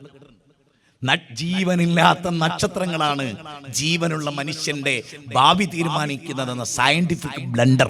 പൊട്ടപ്പോയത്തം. ആകാശത്തിലേക്ക് നോക്കിയാൽ നമ്മൾ കാണുന്ന നക്ഷത്രം അവിടെ ഉണ്ടെന്ന് അപ്പൊ വിചാരം. മരിച്ചു പോയിട്ട് കൊല്ലങ്ങളായി, ആ നക്ഷത്രം തന്നെ ഇല്ല, അത് നശിച്ചു പോയിരിക്കുന്നു. അതാണ് നമ്മുടെ ഭാഗ്യം നിർമ്മിക്കുന്നത് എന്ന സയന്റിഫിക് ബ്ലണ്ടർ വിശ്വസിക്കുന്ന മനുഷ്യരോട് ഇത് ആര് പറഞ്ഞു കൊടുക്കും? ദൈവമാണ് നമ്മുടെ ജീവിതത്തിന്റെ സകലതും തീരുമാനിക്കുന്നത്. പ്രപഞ്ചത്തിന്റെ നാഥനാണ് എന്ന വിശ്വാസം നമുക്ക് നൽകുന്ന നിർഭയത്വം എത്രയാണ്. ഒരു കറുത്ത പൂച്ച ക്രോസ് ചെയ്തു. ഞങ്ങളോട് കാര്യം പറയട്ടെ, എന്റെ മുമ്പിലൂടെ ഒരു കറുത്ത പുലി പോയാലും 1 ഇഞ്ച് മിടിപ്പ് ഈ ഹൃദയത്തിൽ നിന്നുണ്ടാവില്ല, എക്സ്ട്രാ മിടിപ്പ്. പിന്നല്ലേ കറുത്ത പൂച്ച. പൂച്ച കറുത്തു ചെയ്ത അതിന്റെ കുറ്റ. കറുത്തു എന്ന് വിചാരിച്ചിട്ട് നിങ്ങളെ ക്രോസ് ചെയ്ത് പോയിക്കൂടാന്നുണ്ടോ പൂച്ചക്ക്? പൂച്ചയുടെ കടന്ന ആ യാത്ര ശരിയാവൂല, തിരിച്ചു പോരുക. മനുഷ്യൻ എന്തിനും പറ്റുന്ന ഈ യുഗത്തില്. ഇസ്ലാം പറയണെന്നറിയോ? കരിമ്പൂച്ച വന്നാ പുല അനങ്ങരുതടോ, നിന്റെ കൂടെ ഞാനുണ്ട്. ഇത് ചില്ലറ വിശ്വാസം നിങ്ങൾ വിചാരിച്ച് എന്നോട് പലരും ചോദിക്കല്ല, അവിടെ ഒക്കെ പോയിട്ട് ഇത്ര പച്ചക്ക് എങ്ങനെ പറയാൻ പറ്റണത്? ഞാനൊരു ക്ഷേത്രത്തിൽ എന്നെ ഒറ്റക്ക് നിർത്തിയൊരു സ്റ്റേജിൽ, ഒരുപാട് ക്ഷേത്രങ്ങൾ അങ്ങനെ ഉണ്ടായി. ഇപ്പൊ എന്റെ കൂടെ എന്നെ ഭയങ്കര സ്നേഹിക്കുന്ന ഒരാളുണ്ട്. അയാൾ ചോദിച്ചു, നിങ്ങൾക്ക് എന്തെങ്കിലും നാശം ഉണ്ടായാലോ? ഒരിക്കലും ഒരു മുസ്ലിം ചെയ്താൽ പോലും ഹൈന്ദവ ക്ഷേത്രത്തിൽ എന്നായി ചെയ്യുന്നു ഞാൻ വിശ്വസിക്കുന്നില്ല. ചിലപ്പോൾ നമ്മുടെ പ്രതിയോഗികൾ മുസ്ലിം സംഘടനയിൽ ചെയ്തേക്കാനും ചെയ്ത പരിചയമുണ്ട്, പക്ഷെ അവർ ചെയ്യില്ല എന്ന് മാത്രമല്ല. ഞാൻ അവരോട് പറഞ്ഞെന്തറിയോ, ഞാൻ സ്റ്റേജിൽ നിൽക്കുന്ന സമയത്ത് എന്നെ നിയന്ത്രിക്കുന്ന ആരുമല്ല. അള്ളാഹു ഒരു പ്രത്യേക സൈന്യത്തെ കൊണ്ട് നമ്മളെ സംരക്ഷിക്കുന്നുണ്ട്. നിങ്ങൾ എന്താ വിചാരിക്കുന്നത്? 53 വയസ്സായി എനിക്ക്. 13ാമത്തെ വയസ്സ് മുതൽ ഈ സ്ട്രോങ്ങിൽ ഞാനിത് പറയുന്നു. എനിക്ക് 13 വയസ്സുള്ള നാള് മുതൽ ഈ 40 കൊല്ലവും ഇന്ന് വരെ അസുഖങ്ങളൊക്കെ ഉണ്ട്. ഒരു പോറൽ പോലും എന്റെ റബ്ബെന്നെ ഏൽപ്പിച്ചിട്ടില്ല. 8 തവണ ആക്സിഡന്റ് പറ്റിയ ഒരാളാണ് ഞാൻ. എന്റെ കാറ് കംപ്ലീറ്റ് തകർന്ന് കൊട്ടയിൽ തൂക്കി വിറ്റു. പക്ഷെ എന്റെ രോമത്തിൽ പോലും ഒരു പോറലില്ലാതെ എന്റെ നാഥൻ എന്നെ സംരക്ഷിച്ചു. കാരണം എന്താ? കാറിൽ കയറുമ്പോഴും വീടിറങ്ങുമ്പോഴും ദൈവം പറയേണ്ട പ്രൊട്ടക്ഷന്റെ പ്രാർത്ഥന ഞാനത് പ്രാർത്ഥിച്ചിട്ടാ വരുന്നത്. എന്ന് വീട്ടിൽ നിന്ന് ഇറങ്ങും, ബിസ്മില്ലാഹി തവക്കൽതു അലല്ലാഹ്, ഈശ്വരാ നിന്നിൽ ഞാൻ എന്നെ ഏൽപ്പിക്കുന്നു എന്റെ കുടുംബത്തെയും. ഈ വിശ്വാസം എന്താ നിങ്ങൾ വിചാരിക്കുന്നത്? എന്റെ ബദരീങ്ങളെ എന്നെനിക്ക് വിളിക്കേണ്ടി വരില്ല. അതുകൊണ്ടാണ് ഞാൻ ആ ചരിത്രം പറയുന്നത്. ആ ചരിത്രം കേട്ടോളി. ബദർ യുദ്ധം ഞാൻ ചോദിക്കാം മുസ്ലിങ്ങളോട്. ഇപ്പൊ ഈ കേരള യാത്രയിലെ ഏറ്റവും പ്രമുഖന്മാരിൽ ഒരു പ്രമുഖൻ ഖലീൽ തങ്ങളായിരുന്നു. വ്യക്തിപരമായ ഒരു ആക്ഷേപവും ഞാൻ പറയില്ല. ഈ ഖലീൽ തങ്ങൾ കടലിൽ കപ്പലിൽ യാത്ര പോവുക. കപ്പലാണോ ബോട്ടാണോ എന്ന് അയാൾക്ക് തന്നെ നിശ്ചയമില്ല. ആ ക്ലിപ്പ് കേട്ടാൽ അറിയാം. ആദ്യം പറയും കപ്പലാണ്, പിന്നെ പറയും ബോട്ടാണ്, പിന്നെ അടുത്ത നിമിഷം തന്നെ പറയും കപ്പലാണ്. അതുകൊണ്ട് കപ്പലാണോ ബോട്ടാണോ എന്ന് അയാളോട് തന്നെ ചോദിച്ച് ക്ലിപ്തപ്പെടുത്തണം. അയാൾ തന്നെ പറയുന്നത് ഒരു മിനിറ്റിനുള്ളിൽ 3 വട്ടം പറയും കപ്പലാണ്, ബോട്ടാണ്, ബോട്ടാണ്, കപ്പലാണ്, കപ്പലാണ്. അതുകൊണ്ട് എന്നോട് നിങ്ങൾ ചോദിച്ചേക്കരുത് അത് എന്തായിരുന്നു, അത് അദ്ദേഹം തന്നെ പറയേണ്ടതാണ്. അങ്ങനെ അദ്ദേഹം യാത്ര പോവുക. മാതനിൽ ക്ലാസ് എടുക്കാൻ വരികയാണ്. മാതനിലേക്ക് പോകുന്നതിൻ്റെ ഇടയ്ക്ക് എവിടാണ് കപ്പലും കടലും എന്നുള്ളത് എനിക്കറിയില്ല. അത് നിങ്ങൾ ചോദിച്ചാൽ മതി. ഈ നുണ പറയുമ്പോൾ അതിനെന്തുണ്ടാവില്ല അറിയോ? അടുക്കും ചിട്ടിയൊന്നും. ഇതിന് പറയുന്നത് എന്താണ്? കാറ്റും കോളും വന്ന് കപ്പൽ ആടി ഉലയാൻ തുടങ്ങി. ഈ കപ്പൽ ആടി ഉലയാൻ തുടങ്ങിയപ്പോ മൂപ്പർക്ക് ഓർമ്മ വന്നത് ബദരീങ്ങളെയാണ്. ബദരീങ്ങളെ, നിങ്ങളല്ലാതെ എന്നെ രക്ഷിക്കാൻ മറ്റാരുമില്ല. ഈ വിശ്വാസം ഇസ്ലാമിൻ്റെതല്ല, അബൂജഹലിൻ്റെത് പോലുമല്ല. എന്നോട് പലർക്കും ചില ക്ലിപ്പൊക്കെ കാണുമ്പോൾ ദേഷ്യം ഉണ്ടാവും. സുഹരി ഉസ്താദിനൊക്കെ ഞാൻ ഉസ്താദ് നിങ്ങളെ വല്ലാണ്ട് ഇഷ്ടപ്പെടുന്ന ഒരാളാണ്, മനസ്സിലായി? കാരണം നിങ്ങൾക്കൊരു പുതുമുഖമുണ്ട്. നിങ്ങൾ അറിയണം, അബൂജഹലിനെ പറ്റി അല്ല പറഞ്ഞ പിന്നെ അത് കേൾക്കണ്ടേ ഉസ്താദെ? അത് റഹ്മാനായ റബ്ബ് പറഞ്ഞ സുഹരി ഉസ്താദെ കേൾക്കണ്ടേ? സുഹരി ഉസ്താദെ അല്ല പറയുന്നത് അബൂജഹൽ പോലും കടലിൽ വെച്ച് റബ്ബിനെയാ വിളിച്ചത്. ഏതൊരു അല്ലാഹുവിനെയാണോ മുഹമ്മദ് നബി പരിചയപ്പെടുത്തുന്നത് സല്ലല്ലാഹു അലൈഹി വസല്ലം, ആ അല്ലാഹുവിനെ മാത്രം അബൂജഹൽ കടലിൽ വെച്ച് വിളിച്ചു എന്ന് റബ്ബാ പറയുന്നത്. എന്നിട്ട് അല്ല പറയണെന്നറിയോ? കടലിൽ കപ്പൽ ആടി ഉലഞ്ഞാൽ, വെള്ളത്തിൽ മുങ്ങിപ്പോകുമെന്ന് അബൂജഹലിന് തോന്നിയാൽ, അബൂലഹബിന് തോന്നിയാൽ, ഇക്രിമക്ക് തോന്നിയാൽ, അബൂലഹബിന് തോന്നിയാൽ,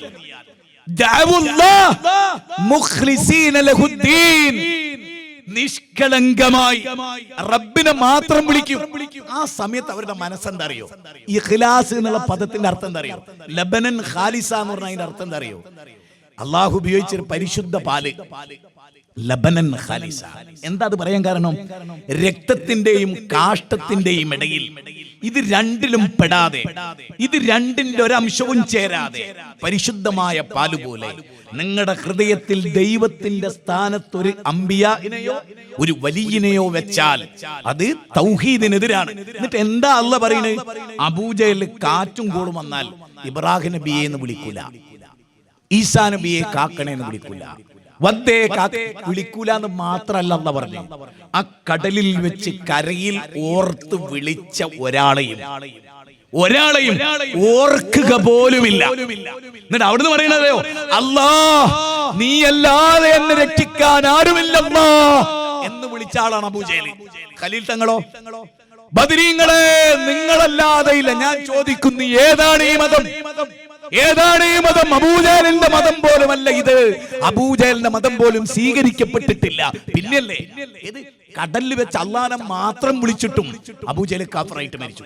എന്തേ കൂട്ടരെ? കാരണം ഈ ഏരിയ നിങ്ങൾ കേട്ടിട്ട്, സുഹരി ഇത് കേട്ടിട്ട് ഇരുന്ന് ചിന്തിച്ചാ മതി. ഞങ്ങൾക്ക് മറുപടി പറയാനൊന്നും വേറെ വരില്ല. നിങ്ങൾ ഇരുന്ന് ചിന്തിക്ക്. എന്താ ഉസ്താദ് ഇവിടെ സംഭവിച്ചത്? നിങ്ങൾ പഠിച്ച ആളല്ലേ, നിങ്ങൾ മനസ്സിലാക്കിയ ആളല്ലേ? നിങ്ങൾ ചിന്തിച്ചു നോക്കൂ സുഹരി ഉസ്താദേ, നിങ്ങൾ ആലോചിച്ചു നോക്കൂ ഉസ്താദേ. നിങ്ങൾ നോക്കൂ, അബൂജഹൽ കടലിൽ. ഇനി എന്തിന്? അബൂജഹലിന് ഒരു മകനുണ്ടായിരുന്നു, കാന്തപുരത്തിന്റെ മകനെ പോലെ തന്നെ, പൊന്നാരമോൻ, ഒറ്റമോൻ ഇക്രിമ. ചിന്തിക്ക്, ഈ ഇക്രിമ കടലിൽ എന്തിന്?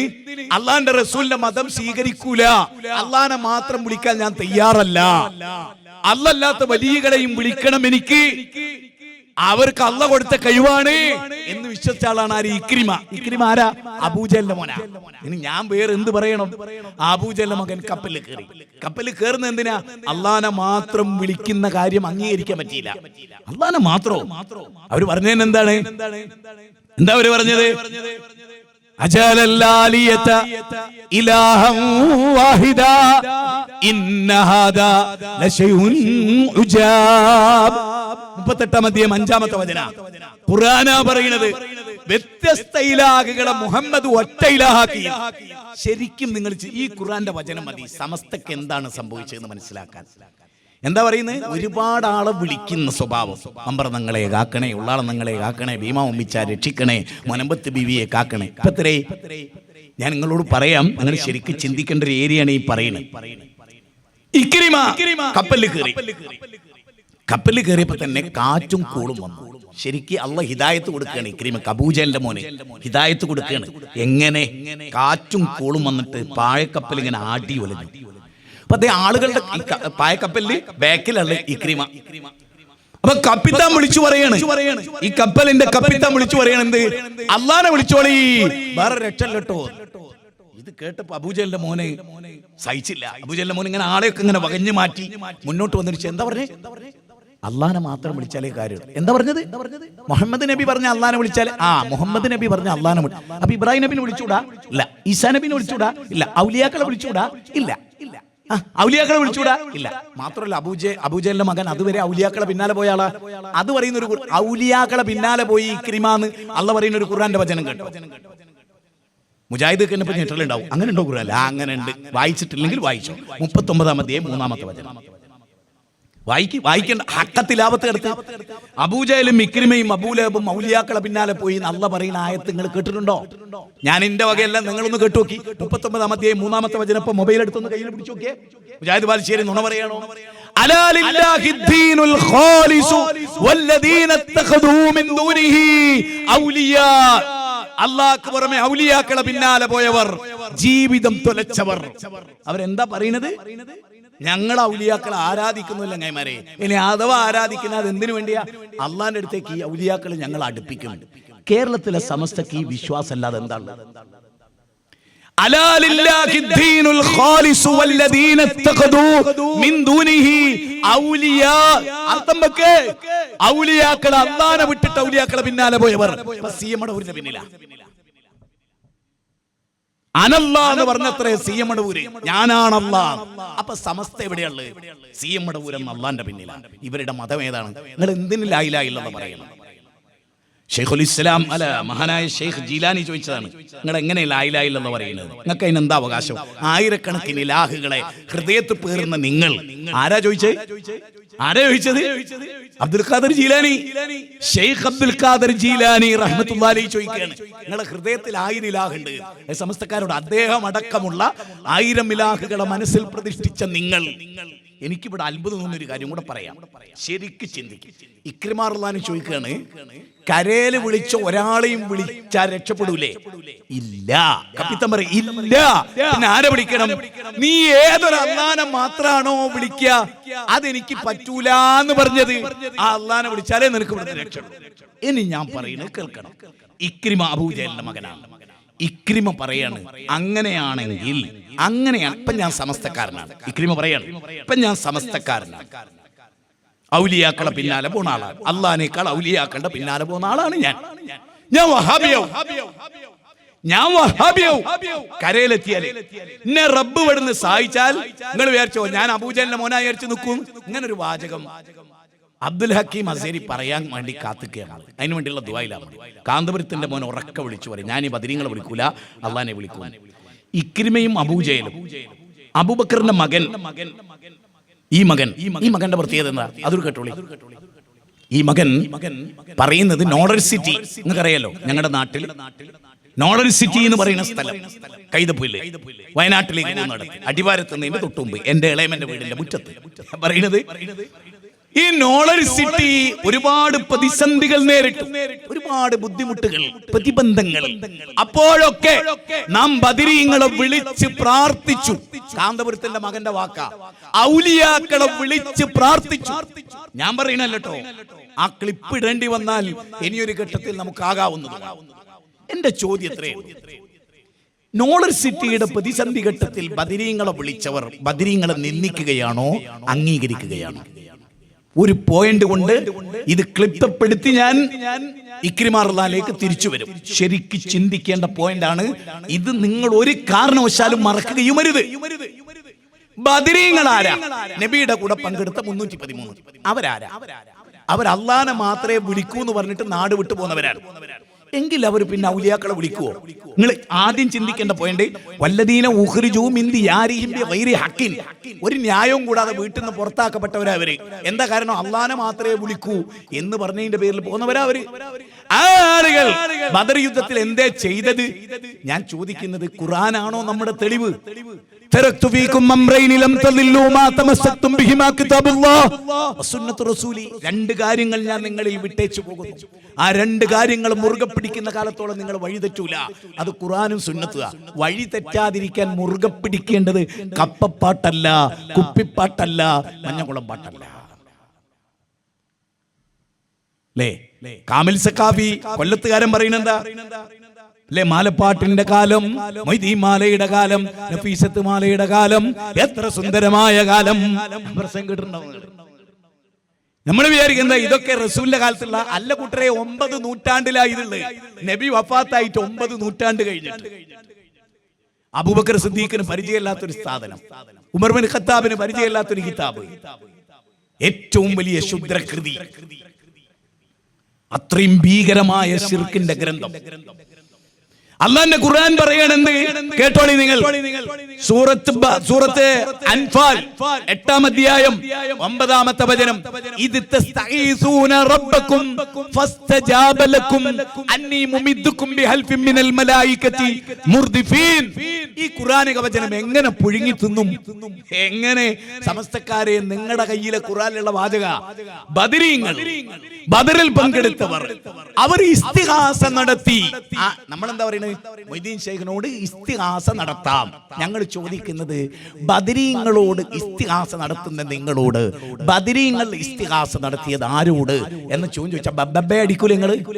ഞാൻ ചോദിക്കുന്ന ചോദ്യം, ബദരീങ്ങൾ ഇസ്തിഹാസ നടത്തി ആരോട്? ഒരു ചോദ്യമല്ലേ? ഈ ചോദ്യത്തിന് ഉത്തരം വേണ്ടേ? ആരോട് ഇസ്തിഹാസ നടത്തി? അല്ലാഹ് പറയുന്നു, ഇത് തസ്തഈസൂന റബ്ബക്കും.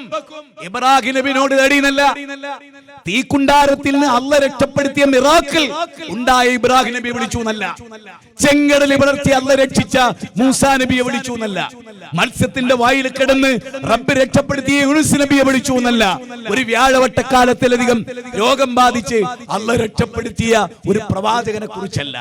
റബ്ബിനോട് ഇസ്തിഹാസ. അപ്പൊ ഇസ്തിഹാസ ആരോടാ? റബ്ബിനോട് തേടേണ്ട ഇബാദത്താണ്. അപ്പൊ നിങ്ങൾ ചോദിക്കും, മൂസാ നബിയോട് ഇസ്തിഹാസ തേടിയില്ലേ? ഉണ്ട്. ഭാഷാപരമായി ഇസ്തിഹാസ എന്ന് പറഞ്ഞാൽ സഹായം. അതേതാ സഹായം? ഇന്നൊരാൾ എല്ലാം വരുമ്പോ ഇതിനെ ഇന്നൊന്ന് സഹായിക്ക്, അതിലെവിടെ പ്രാർത്ഥന? ഈ ആലപ്പുഴ ടൗണിലോ അല്ലെ ഈ പറഞ്ഞിരിക്കുന്ന പള്ളിമുക്കിലോ വെച്ചിട്ട് എന്റെ ഒരാളെ അടിക്കുക, അപ്പൊ അയാൾ വിളിക്കുക, മാധവേട്ടാ എന്നെ സഹായിക്കുക. അതിനും ഇസ്തിഹാസ എന്നാ പറയാ. അതിനെ കുറിച്ചല്ല നമ്മൾ പറയുന്നത്. ബദർ യുദ്ധത്തിൽ പ്രതിസന്ധി ഘട്ടത്തിൽ കാര്യകാരണ ബന്ധത്തിനതീതമായി അഭൗതികമായി ഈ ബദരീങ്ങൾ ആരോട് തേടി? പടച്ചവനോട് മാത്രം തേടി. സമ്മതിച്ചോ? ഇനി രണ്ടാമത്തെ കാര്യം, എന്നിട്ട് അല്ലാഹ് അവരെ സഹായിച്ചു. വലഖദ് നസ്റക്കുമുല്ലാഹു ബിബദരിൻ വഅൻതും അദില്ല. 3-ാം അധ്യായം 124. സഹായിച്ചു. ശരി, ഈ ബദരീങ്ങൾ ജീവിതത്തിൽ എപ്പോഴെങ്കിലും മരണപ്പെട്ടു പോയൊരു വലിയനെ വിളിച്ച് ഇസ്തിഹാസ നടത്തിയ ഒരൊറ്റ തെളിവ് അള്ളാഹുവിന്റെ ഖുർആനിൽ ഞങ്ങൾക്ക് 2 മാസം സമയം തരാം, 2 വർഷം തരാം, ഇലാ യൗമിൽ ഖിയാമ വരെ നിങ്ങൾക്ക് തെളിവ് ധരിക്കാൻ കഴിയില്ല. മുജാഹിദ് പ്രസ്ഥാനം നിങ്ങൾ എന്താ വിചാരിച്ചത്? ഖുർആനിന്റെ ശക്തിയാണ് ഞങ്ങളുടെ ശക്തി. സുന്നത്തിന്റെ ശക്തിയാണ് ഞങ്ങളുടെ ശക്തി. അതുകൊണ്ട് തന്നെ ഞാൻ ഇവിടെ പറഞ്ഞ ഈ പോയിന്റ് പൂർത്തിയായിട്ടില്ല, ഞാനത് പൂർത്തിയാക്കട്ടെ. ഇത് തൗഹീദാണ്. ഖലീൽ തങ്ങൾ കടലിൽ വെച്ച് ബദരീങ്ങളെ വിളിക്കുന്നു. കാന്തപുരത്തിന്റെ മകൻ ബദരീങ്ങളെ വിളിക്കുന്നു. ഇത് കേട്ട ഒരു ക്രിസ്ത്യാനി ഇനി പറയണ പോയിന്റാണ് നിങ്ങൾ ഒന്നുകൂടി നിങ്ങളുടെ മനസ്സിൽ കേട്ടിരുന്നത്. ഒരു ക്രിസ്ത്യാനി വന്നിട്ട് കാന്തപുരത്തിന്റെ മോനോട് ഖലീൽ തങ്ങളോട് ചോദിക്കുകയാണ്, എന്ത് അല്ലേ, ഞാൻ നിങ്ങളുടെയൊക്കെ രണ്ടുപേരുടെ ക്ലിപ്പ് കണ്ടു, നിങ്ങൾക്ക് പ്രതിസന്ധി ഉണ്ടായപ്പോൾ നിങ്ങൾ ബദരീങ്ങളെ വിളിച്ചു. ഞാനൊരു ക്രിസ്ത്യാനിയാണ്, സത്യക്രിസ്ത്യാനിയാണ്. എനിക്ക് പ്രതിസന്ധി ഉണ്ടാവുമ്പോൾ ഞാൻ ഈസാ നബീനെ വിളിക്കുന്നുണ്ട്. ഏറ്റവും ചുരുങ്ങിയ പിതാവ്, പുത്രൻ, പരിശുദ്ധാത്മാവ് എന്ന മുക്കൂട്ട് ദൈവത്തെയാണ് ഞാൻ വിളിക്കുന്നത്. നിങ്ങൾ എന്നെക്കാളും 310 ഇലാഹുകളെയും കൂടെ കൂട്ടി 313 ഇലാഹുകളെ വിളിക്കും. പിതാവ്, പുത്രൻ, പരിശുദ്ധാത്മാവ് എന്ന് സ്വീകരിച്ചപ്പോൾ തന്നെ അള്ളാഹ് പറയണേ, ലഖദ് ഖഫറല്ലദീന ഖാലു, ഞങ്ങൾ സത്യനിഷേധികളാണെന്നാണ് ഖുർആൻ പറയുന്നത്. മാത്രമല്ല വലദ്ദാലീൻ എന്നാണ് ഖുർആൻ ഞങ്ങളെ പറ്റി പറയുന്നത്. ഹക്കീം ഫൈസി അൽ ഹക്കീം അസർ നോക്കൂ, അബ്ദുൽ ഹക്കീമിനോട് ചോദിക്കുകയാണ്, ഞങ്ങൾ ആകെ വിളിക്കണം 3 ആളെ, എന്നിട്ടും അള്ളാഹ് പറഞ്ഞു ഞങ്ങൾ സത്യനിഷേധികളാണെന്നും ഞങ്ങൾ നരകത്തിലാണ്. അപ്പൊ 310 ദൈവത്തെയും കൂടെ ആഡ് ചെയ്ത നിങ്ങൾ എങ്ങനെ സ്വർഗത്ത് പോവും എന്ന് ചോദിച്ചാൽ കാന്തപുരത്തിന്റെ മകൻ എന്തുത്തരം പറയും? പറ. നിങ്ങൾ ഈ ഇരിക്കുന്ന നിങ്ങൾ നിങ്ങളുടെ മനസാക്ഷിയോട് ചോദിക്കും. നിങ്ങൾ നിങ്ങളുടെ വീട്ടിലേക്ക് മടങ്ങിപ്പോയിട്ട് നിങ്ങളുടെ കുടുംബത്തിലെ APK സുന്നികളോട് ഇന്ന് മുതൽ ഇന്ന് പോയിട്ട് ഉറങ്ങരുത്, വാട്സപ്പിൽ നിങ്ങൾ ഈ ചോദ്യം ഇങ്ങനെ ചോദിച്ചുകൊണ്ടിരിക്കുക. നിങ്ങൾ വിചാരിച്ചു ഒരാ പ്രാസിംഗൻ പ്രാർത്ഥന മാത്ര ദൈവത്ത് അല്ല, അവനാന്റെ വീട്ടിൽ പോകണം. സ്വന്തത്തെയും കുടുംബത്തെയും നരകത്തിൽ നിന്ന് രക്ഷപ്പെടുത്തണം. 66 അധ്യായം 6-ാമത്തെ വചന. നമ്മുടെ ബാധ്യത അത് തീർന്നില്ലട്ടോ. ഒരു പോയിന്റ് കൂടെ കേട്ടോ. കാന്തപുരത്തിന്റെ വലത്ത് നിന്ന ഖലീൽ തങ്ങൾ, ഇടത്ത് നിന്ന പേരോട് ഈ ഖലീൽ തങ്ങൾ പറയുന്നത് എന്താണ്? ബദരീങ്ങളെ, നിങ്ങളല്ലാതെ എന്നെ രക്ഷിക്കാൻ ആരുമില്ല. ഇനി ഞാൻ പറയുന്ന പോയിന്റ് കേട്ടോ. കടലിൽ വെച്ച് എല്ലാ ഇലാഹുകളെയും ഉപേക്ഷിക്കുകയും റബ്ബിനെ മാത്രം ഹൃദയത്തിൽ പ്രതിഷ്ഠിക്കുകയും ഈ പ്രതിസന്ധിയിൽ റബ്ബേ നീ അല്ലാതെ വേറൊരാളും എന്നെ രക്ഷപ്പെടുത്താനില്ല എന്ന് വിശ്വസിക്കുകയും ചെയ്ത അബൂജഹലാണോ? അവിടെ വെച്ച് എല്ലാ ഇലാഹുകളെയും മറന്നവരാണ് അബൂജഹൽ.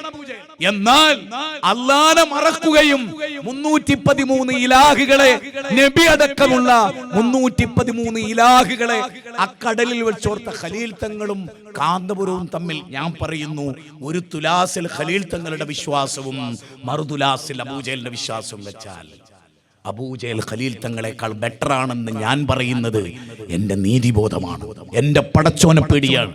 കാരണം വലാ യജ്രിമന്നകും ശനആനു ഖൗമിൻ അലാ അല്ലാ തഅദിലു അഅദിലു ഹുവ അഖ്റബു ലിത്തഖ്വാ. അബൂജഹലിനോട് ദേഷ്യം ഉണ്ടെന്ന് വിചാരിച്ചിട്ട് അനീതി പറയരുത്.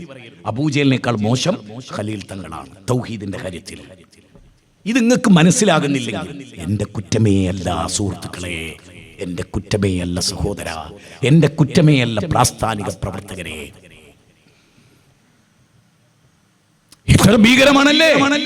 ഇനി അടുത്ത പോയിന്റ് എന്താ? ഇത് തന്നെ ഈ പോയിന്റ് തന്നെ നിൽക്കുക. ഞാൻ അടുത്ത പോയിന്റ്, ഇക്രിമ കരയിലെത്തിയോ? അബൂജഹലിന്റെ മകൻ ഇക്രിമ റളിയല്ലാഹു തആല അൻഹു കരയിലെത്തിയോ? എത്തി. അള്ളാഹ് കടലിനെ രക്ഷപ്പെടുത്തിയോ? കാരണം ഇക്രിമന്റെ വാക്ക് എന്താണ്? എന്നെ ഈ കടലിൽ നിന്ന് റബ്ബേ നീ രക്ഷപ്പെടുത്തി കരയിലെത്തിച്ചാൽ, കടലിൽ നിന്നെ മാത്രം വിളിച്ച ഞാൻ ഇനി ജീവിതത്തിൽ ഒരിക്കലും നിന്നെയല്ലാതെ വേറെ ഒരു ശക്തിയെയും ഞാൻ വിളിക്കില്ല റബ്ബേ എന്ന് തീരുമാനിച്ച ആളാണ് ആര്? ഇക്രിമ. ഇനി എന്റെ ചോദ്യം, ഈ ചോദ്യമായിട്ട് എന്നെ പറ്റെങ്കിൽ ഇത് റെക്കോർഡ് ചെയ്യുന്നവര് ക്ലിപ്പായിട്ട് എടുക്കണം. എന്താ? ഇക്രിമ കടലിൽ വെച്ച് റബ്ബിനെ മാത്രം വിളിച്ച് കരയിലെത്തുമ്പോ അള്ളാഹ് പറയുന്നത് അവര് കരയിലെത്തി അള്ളാഹ് അല്ലാത്തോലെ വിളിക്കുന്നു. ആര്? പാതി കടലിൽ വന്ന് അള്ളാഹനെ മാത്രം വിളിച്ചപ്പോൾ അള്ളാഹ് പറഞ്ഞു അതാണ് തൗഹീദ്, അതാണ് വേണ്ടത്, അതാണ് വഹ്ദാനിയത്ത്, അതാണ് ശരിക്കുള്ള അഖീദ. എന്നിട്ട് പറയണം കുഴപ്പം എന്താ? ഇവിടുന്ന് കരയിലെത്തി ഞങ്ങൾ അള്ളാഹ് അല്ലാത്തോലെ വിളിക്കും. ഇനി ഇക്രിമ യഥാർത്ഥ മുസ്ലിം ആകണേ എന്താ വേണ്ടത്? കടലിൽ വിളിച്ച ആ റബ്ബിനെ മാത്രമേ കരയിലെത്തിയാലും വിളിക്കാവൂ. ഈ ആശയമാണ് മുഹമ്മദ് നബി സല്ലല്ലാഹു അലൈഹി വസല്ലം പഠിപ്പിക്കുന്നത്. ഇനി എന്റെ ചോദ്യം ഇത്രയേ ഉള്ളൂ, ഇക്രിമ കരയിൽ വന്ന് മുസ്ലിം ആയതിനു ശേഷം ഇബ്രാഹിം നബിയെ രക്ഷിക്കണേ, ഇസ്മായിൽ നബിയെ കാക്കണേ, വലികളെ രക്ഷിക്കണേ എന്ന് പറഞ്ഞ് ഒരു പ്രാർത്ഥന പ്രാർത്ഥിച്ചതായി നിങ്ങൾക്കാർക്കെങ്കിലും തെളിയിക്കാൻ കഴിയും? റബ്ബിനോടല്ലാതെ. ഇക്രിമ അബൂജഹലിന്റെ കൂടെ നിന്നപ്പോ അബ്ദുൽ ഹക്കീം അസരി പ്രാർത്ഥിച്ച പോലെ പലരോടും പ്രാർത്ഥിച്ചിട്ടുണ്ട്. ഖലീൽ തങ്ങൾ പ്രാർത്ഥിച്ച പോലെ പലരോടും പ്രാർത്ഥിച്ചിട്ടുണ്ട്. പക്ഷേ ഇക്രിമ മുസ്ലിം ആയതിനു ശേഷം ഒരു ഇസ്തിഗാസ മരണപ്പെട്ടു പോയവരോട് നിർവഹിച്ചു എന്ന് നിങ്ങൾ തെളിയിച്ചാൽ ഞാൻ ഈ പ്രസ്ഥാനത്ത് നിന്ന് രാജിവെച്ച് നിങ്ങൾ എന്നെ കൂട്ടിയാലും ഇല്ലെങ്കിൽ ഞാൻ നിങ്ങളെ കൂടെ വരാം. ധൈര്യമുണ്ടെങ്കിൽ നിങ്ങൾ ഒന്ന് തെളിയിക്കുക.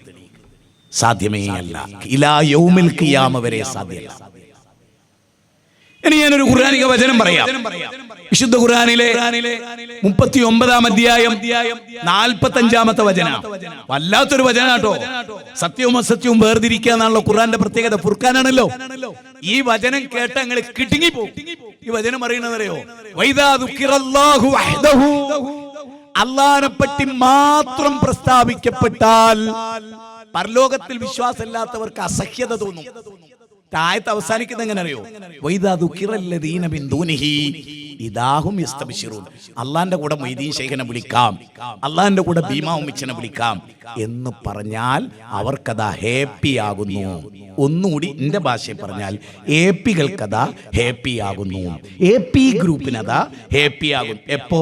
അള്ളാനെ പറ്റി മാത്രം പറയുമ്പോൾ ചൂടാവും APക്ക്. എന്നിട്ട് ഒന്നുകൂടി പറയുന്നത് അള്ളാന്റെ കൂടെ മൊയ്തീൻ ശൈഖനെ വിളിക്കാന്ന് പറഞ്ഞാൽ അവർക്ക് ഹാപ്പി ആവുന്നു. ഇത് അള്ളാന്റെ ഖുർആനിലല്ല, മുജാഹിദ് വാൽസിന്റെ വകയല്ല. നോക്കൂ, നിങ്ങൾ ഒന്നുകൂടി നോക്കൂ. അള്ളാനെ പറ്റി മാത്രം. അതുകൊണ്ടാണല്ലോ വഴിപിരിഞ്ഞവർക്ക് എന്ത് പറ്റി എന്ന പുസ്തകത്തിൽ ആഷിം നഈമി എന്ത് പറഞ്ഞത്? പ്രാർത്ഥന അള്ളാഹുവിനോട് മാത്രം എന്നത് ഇബ്ലീസിന്റെ വാദാണ്. എന്താ മാത്രം എന്ന് കേൾക്കുമ്പോൾ വെറലി പിടിക്കുക. മുസ്തഫൽ ഫൈസി എന്ന് പറഞ്ഞ ഒരാളുണ്ട്. മൊയ്തീൻ മാലയുടെ പരിഭാഷയ്ക്ക് എഴുതിയ മുസ്തഫൽ ഫൈസി. അത് എഴുതിയപ്പാണ് ഖുർആൻ പരിഭാഷ എഴുതാൻ തോന്നിയെന്ന് പറഞ്ഞ ആളാണ്. ആ ആള് പറയാണ് എന്ത്? നിന്നെ ആരാധിക്കുന്നു, നിന്നോട് സഹായം ചോദിക്കുക. അവിടെ മാത്രം എവിടെ? യാക്കനഅ്ബുദുല മാത്രം എവിടെ? മാത്രത്തോട് ദേഷ്യം ആർക്ക്? സമസ്തക്കാർക്ക്. അള്ളാഹ് പറയുന്നത് എന്താണ്? അങ്ങനെ മാത്രത്തോട് ദേഷ്യമുള്ളവനോ പരലോകത്തിൽ വിശ്വസിക്കുന്നവനല്ല. ഓൻ ഒരു പരലോക ബോധവുമില്ല. ഇട്ട കുപ്പായത്തിന്റെ നീളേ ഉള്ളൂ, കെട്ടിയ തലപ്പാവിന്റെ നീളേ ഉള്ളൂ, നീട്ടിയ താടിക്ക് നീളേ ഉള്ളൂ, തൊണ്ടക്കുഴിയിൽ നിന്ന് ഈമാൻ ഇറങ്ങിയിട്ടില്ല എന്ന് റബ്ബാ പറയുന്നത്. മുജാഹിദ് വാദി ശരിയല്ല, റബ്ബാ പറയുന്നത്. വലമ്മ യദ്ഖുലുൽ ഈമാനു ഫീ ഖുലൂബിക്കും, അവിടെ ഹൃദയത്തിൽ ഈമാൻ കടന്നിട്ടില്ല. 49-ാം അധ്യായം 14-ാമത്തെ വചനം. ഓലെ ഹൃദയത്തിൽ ഈമാൻ കടന്നിട്ടില്ല. നിങ്ങൾക്ക് പറഞ്ഞ മനസ്സിലാവുണ്ടോ? നിങ്ങൾ ശരിക്ക് ചിന്തിക്കുന്നുണ്ടോ? എവിടെയാണ് നമ്മുടെ സമുദായം ഉള്ളത്? ഞാൻ ചോദിച്ചോട്ടെ, പള്ളിയിൽ മഗ്‌രിബ് നിസ്കരിച്ചിട്ട് ഒരു ദർഗയിലേക്ക് പോവുക. ഞാൻ എത്രയോ കണ്ട കാഴ്ചകളാണ് പറയുന്നത്. ദർഗയിലേക്ക് പോകുമ്പോൾ തൊട്ടുപ്പുറത്ത് മഗ്‌രിബിന് നിസ്കരിച്ചപ്പോൾ ആ ദർഗയിൽ പോകുന്ന വ്യക്തിയുടെ നിസ്കാരം ഒന്നും കൂടെ നോക്കി. എന്റെ സ്റ്റേജിലേക്ക് ഓൻ ചിലപ്പോൾ ഇങ്ങനെയൊക്കെ കൈയ്യട്ടി ഇങ്ങനെയൊക്കെ നിന്നിട്ട് അലസമായി നിന്നിട്ട് മൂക്കിലെ കൈകൊണ്ട് അങ്ങോട്ടും ഇങ്ങോട്ടും ഒക്കെ നോക്കി അങ്ങനെ നിസ്കരിച്ച അതേ വ്യക്തി ദർഗയിലേക്ക് എത്തുമ്പോൾ പൊട്ടിക്കരയാ. കാരണം എന്താ? ഓന്റെ പടച്ചോനാണ് ആ കിടക്കുന്നത്. ഇവിടെയോ ഇതൊരു സൈഡാ, മാപ്പിളയാണ് എന്ന് നാട്ടുകാർക്ക് തിരിയാൻ. ഓന്റെ സാക്ഷാൽ പടച്ചോനെ തേടിയാൻ പോണ്. അതിന്റെ ഇടക്ക് ലോകത്തിന്റെ നാഥന്റെ മുമ്പിൽ മൂക്ക് കൈയിട്ട് തിരുമ്പി ഈ വ്യക്തി ഖബറിന്റെ അടുത്തെത്തുമ്പോ കരയാ. നിങ്ങൾക്കറിയോ, ഈ അജ്മീർ ദർഗയിൽ പോയാ കുയ്യാനന്റെ മാതിരിയാ. ദർഗയിൽ ഇങ്ങനെ ചെന്നാല് നമ്മൾ സാധാരണ ഇങ്ങനെ തിരിഞ്ഞു പിന്നെ എങ്ങോട്ടാണ് എടുക്കുക? മറ്റങ്ങനെ റിവേഴ്സ്. എന്താ? ചന്തി ഖബറിന്റെ നേരാകരുത്. എന്നിട്ടോ കാബാലയത്തിൽ ചന്തിട്ട് നിരക്കാം. പ്രശ്നമല്ല, അവിടെ പ്രശ്നമല്ല. ഈ സമൂഹത്തെ ഞാൻ പറയുന്നത് ഏറ്റവും വലിയ നവോത്ഥാനത്തെ കുറിച്ചാണ് പറയുന്നത്. 1925 പോലെ 2025 നമ്മൾ ഒരു നൂറ്റാണ്ടിന്റെ തുടക്കത്തിലാണ്. ഈ ജീർണതയ്ക്കെതിരെ ശബ്ദിച്ചിട്ടില്ലെങ്കിൽ നമ്മൾ ഒരു പ്രസ്ഥാനം കൊണ്ടുവരുന്ന കാര്യമല്ല. ഒരു പ്രസ്ഥാനം കൊണ്ടുവരുന്ന കാര്യമല്ല. എത്ര ഭീകരമായ ശിർക്കും കുഫറുമാണ് നമ്മുടെ സമുദായം കൊണ്ടുനടക്കുന്നത്. അതുകൊണ്ട് ഓർക്കുക, നബി സല്ലല്ലാഹു അലൈഹി വസല്ലമയോട് അല്ലാഹ് പ്രഖ്യാപിക്കാൻ പറഞ്ഞ ഒരു പ്രഖ്യാപനമുണ്ട്. ഖുൽ ഇന്നമാ ദു റബ്ബി വലാ ഉശ്രിക് ബിഹി അഹദാ. പറയൂ നബിയേ, ഞാൻ എൻ്റെ റബ്ബിനോടല്ലാതെ ദുആ ചെയ്യുകയില്ല, ഞാൻ അവനിൽ ഒന്നിനെയും പങ്കു ചേർക്കുകയില്ല. ഞാൻ അവനിൽ ഒന്നിനെയും, അതായത് അല്ലാഹ് അല്ലാത്ത ഒരാളെ വിളിച്ചു ദുആ ചെയ്താൽ, പ്രാർത്ഥിച്ചാൽ അത് ശിർക്കാണെന്നാണ് നബിയോട് പറയാൻ പറയുന്നത്. നബിയെ, അല്ലാഹു അല്ലാത്ത ഏത് വലിയനെ വിളിച്ചു ദുആ ചെയ്താലും അത് ശിർക്കാണെന്ന് പറയൂ. ആ ശിർക്കിന് എന്നെ കിട്ടൂല, ഞാൻ ആ ശിർക്കേ ചെയ്യൂന്നാ ഖലീൽ തങ്ങൾ പറയുന്നത്. മുഹമ്മദ് നബി പറയുന്നതോ, ഞാൻ ഇബ്രാഹിം എന്നാ പേര്. ആ ഇബ്രാഹിം നബിനെ നിന്ദിക്കാൻ ഇനി ഇതിനേക്കാൾ വലിയ കഷ്ടപ്പാട് വേറെന്തോ? ഇബ്രാഹിം, ബുഖാരി, ഖലീൽ തങ്ങൾ. ഖലീൽ എന്നൂട്ട് അള്ളാന്റെ കൂട്ടുകാരനാ. ഇത് ഇബ്ലീസിന്റെ കൂട്ടുകാരനായിട്ട് ജീവിക്കണ തന്നെ. കാരണം ഇബ്ലീസിന് ഏറ്റവും ഇഷ്ടം ഷിർക്ക്. ഇബ്ലീസ് അതിനവിടെ പ്രവർത്തിക്കുന്നത്, രാവും പകലും ശിർക്ക് ചെയ്യിപ്പിക്കാൻ എല്ലാ മനുഷ്യരെ കൊണ്ടും. ഇത്ര വിഷമകരമായ ഘട്ടമാണല്ലേ. ഇന്നല്ലാഹ ലാ യഗ്ഫിറു അൻ യുശ്റക ബി വയഗ്ഫിറു മാ ദൂന ദാലിക ലിമൻ യശാ. അല്ലാഹു ഒരിക്കലും പൊറുക്കില്ല മനുഷ്യരെ അവനിൽ പങ്കു ചേർക്കുന്നതിനെ.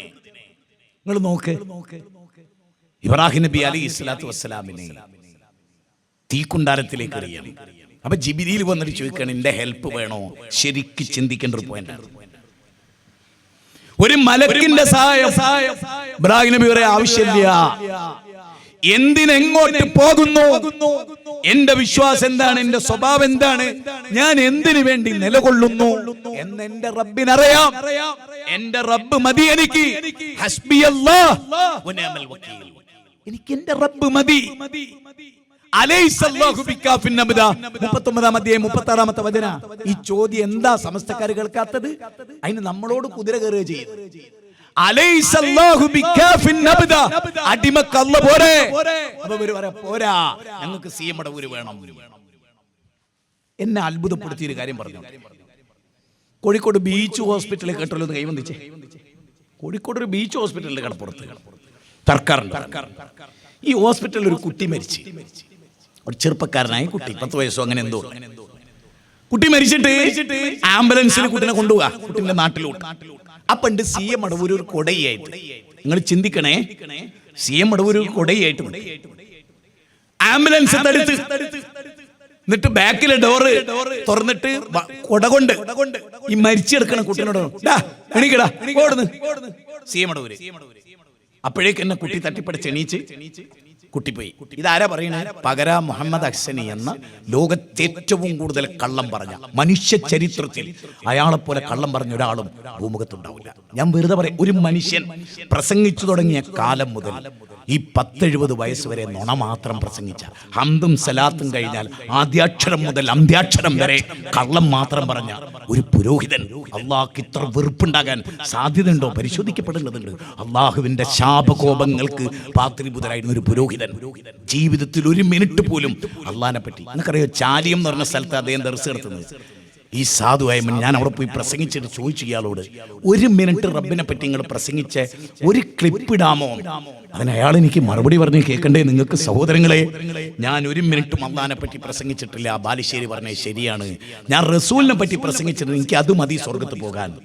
നോക്കണം നിങ്ങൾ, ജീവിതത്തിന്റെ ആയുസ്സിനിടയിൽ 1 മിനിറ്റ് പോലും റബ്ബിനെ പരിചയപ്പെടുത്താത്ത ഒരാൾ എങ്ങനെയാണോ പ്രബോധകനാകുന്നത്?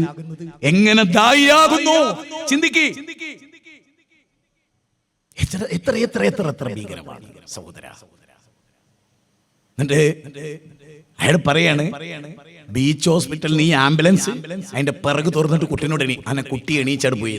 ഞാൻ ഒരൊറ്റ ചോദ്യം ചോദിച്ചു. ആലപ്പുഴ മെഡിക്കൽ കോളേജിൽ നിന്ന് മരിച്ചൊരു കുട്ടിയെ കൊണ്ടുപോകുന്ന ആംബുലൻസ് നിർത്തിച്ച് തടുത്തു വെച്ച് ആ മരിച്ച കുട്ടിനെ ജീവിപ്പിച്ചാൽ, ഞാൻ തലച്ചോറ് വർക്ക് ചെയ്യുന്ന നിങ്ങളോട് ചോദിക്കുന്നു, ആ വാർത്ത ഹോസ്പിറ്റലിൽ എത്തുവോ? എത്തും. ആ ഹോസ്പിറ്റലിന്റെ ഹിസ്റ്ററിയിൽ അത് എഴുതി വെക്കുവോ? അന്നത്തെ പത്രതാളുകളിൽ ഉണ്ടാവുമോ? നിങ്ങൾ പകരാകസനോട് ഒറ്റ ചോദ്യം ചോദിച്ചാൽ മതി. നിന്ന നിപ്പിൽ 2 കാലിന്റെ ഇടയിൽ കൂടെ മൂത്രമൊഴിക്കുകയാണ്. ലോകത്തായ ജനിച്ച അന്ന് കുടിച്ച വെള്ളം മുതൽ ഇന്ന് വരെയുള്ള മൂത്രം. ഒറ്റ ചോദ്യം ചോദിച്ചാൽ, ഉസ്താദേ ഈ സംഭവം ഈ ബീച്ച് ഹോസ്പിറ്റലിൽ രേഖപ്പെടുത്തിയിട്ടുണ്ടോ? അന്നത്തെ പത്രത്തിൽ വന്നിട്ടുണ്ടോ? അന്നത്തെ ചാനലിൽ വന്നിട്ടുണ്ടോ? ഇനി നിങ്ങൾ ആലോചിച്ച് നോക്കി. ഇതേ പകര പറയുന്ന ഒരു വാചകമുണ്ടെന്ന്, കാന്തപുരത്തിനോട് ചോദിച്ചിട്ടല്ലാതെ അല്ലാഹു സുബ്ഹാനഹു വ തആല ഇനി ഒന്നും ചെയ്യുമെന്ന് എനിക്ക് തോന്നുന്നില്ല. കാന്തപുരത്തിനോട് ചോദിച്ചിട്ടല്ലാതെ അല്ലാഹു തആല ഇനി എന്ത് ചെയ്യുമെന്ന് എനിക്ക് തോന്നുന്നില്ല. ഈ പകര അഹ്സനിയുടെ മനസ്സിൽ കാന്തപുരത്തിന്റെ സ്ഥാനം അള്ളാന്റെ താഴെയാണോ അള്ളാന്റെ മേലെയാണോ? അള്ളാഹുവിന് ഒരു കാര്യം ചെയ്യാൻ അമേരിക്കയിൽ മഴ പെയ്യിപ്പിക്കണം. അപ്പൊ കാന്തപുര ഉസ്താദല്ലേ? അതെ, ഞാൻ അല്ലേ അമേരിക്കയിൽ മഴ പെയ്യിപ്പിക്കുക. എന്താ അങ്ങേ? വേണ്ട കഴിഞ്ഞു. ഇതാണ് അത്രയും മതം. നന്ദി കെട്ട വർഗമേ, നന്ദി കെട്ട വർഗമേ. അള്ളാഹിനെ കുറിച്ച് നിങ്ങൾ എന്ത് കരുതി? തിരുത്തിയോ? ഇന്ന് വരെ തിരുത്തിയോ? കല്യാണ വീട്ടിലേക്ക് കയറി ചെന്നപ്പോ റസൂലുള്ളാഹിനെ അല്ലാഹൊന്നും പറഞ്ഞിട്ടില്ല. വഫീനാ നബിയ്യുൻ യഅലമു മാ ഫീ ഗദിൻ, നാളെയുടെ കാര്യം അറിയുന്ന ആ റസൂലായത് എന്ന് പറഞ്ഞപ്പോ മതി നിർത്തിക്കളാ, മേലിൽ പാടരുത്. കാന്തപുരം ഇന്ന് വരെ തിരുത്തിയിട്ടില്ല. അതിന്റെ കറുത്തെന്ന് അറിയുന്നത്, ഞാൻ ഉറച്ചു വിശ്വസിക്കുന്നു, പടച്ചോനെ സാക്ഷ്യം നിർത്തി, ഞാൻ ദൈവമാണെന്ന് അയാൾ ഇടയ്ക്ക് വിചാരിക്കാറ്. പിന്നെ നിങ്ങൾക്ക് എന്ത് കേൾക്കണം? കാന്തപുരം ദൈവമാണെന്ന് അയാൾ വിശ്വസിക്കുന്നു. റസൂൽ പറഞ്ഞ എന്താ പറയുക? സ്റ്റേജിലിരുത്തി പുകയത്തിയാലും മണ്ണ് വാരിടാൻ. കാന്തപുരം എത്ര മൂല്യമാരത്തുള്ളതിൽ മണ്ണ് വാരിയിട്ടു. കാന്തപുരം ആസ്വദിക്കുക, നിർവൃതി അടയാ. കമറുല്ലൽ മാന്നൊക്കെ മൂപ്പരത്തനൊന്ന് നോക്കൂ. അപ്പൊ ചിലപ്പോ മൂപ്പർക്ക് ഇബിലീസ് ഷോൾഡർ ടു ഷോൾഡർ 5000 കിലോമീറ്റർ കാണിച്ചു കൊടുക്കുന്നുണ്ടാവും. വിശ്വം നിറഞ്ഞു നിൽക്കുന്ന വിശ്വരൂപമാണ് ഞാൻ നമുക്ക് തോന്നുന്നുണ്ടാവും. സുഹൃത്തുക്കളെ, 90 അല്ല 900 വർഷം ജീവിച്ചാലും ശിർക്കിലാണെങ്കിൽ ഒരു കാര്യമില്ല. ആയുസ് നീട്ടിക്കിട്ടി എന്നതിനേക്കാൾ വലിയ ദുരന്തം റസൂലാ പറയുന്നത്. ഒരാള് ശിർക്കിലും കുഫറിലുമാണ്.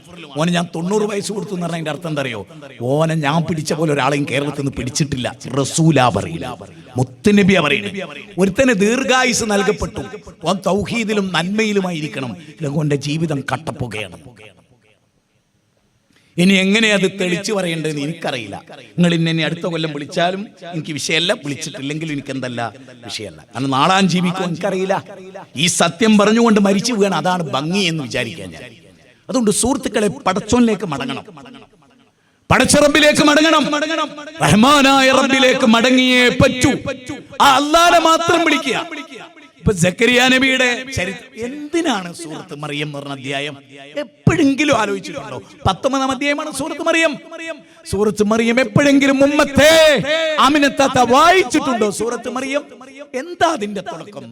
ذكر رحمة ربك عبده زكريا إذ نادى ربه نداء خفيا قال ربي إني وهن العظم مني واستعل الرأس شيبا ولم أكن بدعائك ربي شقيا وإني خفت الموالي من ورائي. നോക്കൂ നിങ്ങൾ, എന്താ റബ്ബിനെ സക്കരിയ നബി പതുക്കെ വിളിച്ചപ്പോൾ എങ്ങനെ? കുട്ടിയില്ലാത്ത ദുഃഖം. ആരോടാ പങ്കുവെക്കണത്? റബ്ബ്. നിങ്ങൾ ആരോടാ പങ്കുവെച്ച്? വേണ്ട, അബ്ദുൽ സമദ് സഖാഫി, മർക്കസ് സഖാവത്ത് സുന്നീന്റെ സന്തതി. അയാൾ പ്രസംഗിക്കുന്ന എന്താണ്? 25 കൊല്ലം ആമിനത്താത്ത രാത്രി തഹജ്ജുദ് നിസ്കരിച്ച് കുട്ടിക്ക് വേണ്ടി റബ്ബിനോട് ദുആ ചെയ്തു, അല്ലാഹ് കൊടുത്തില്ല. അവസാനം മൊയ്തീൻ ശൈഖ് ചോദിച്ചത്രേ, ആമിനത്താത്ത കുട്ടിനെ വേണോ? ആമിനത്താത്ത മുറ്റത്ത് നിൽക്കുകയാണ്.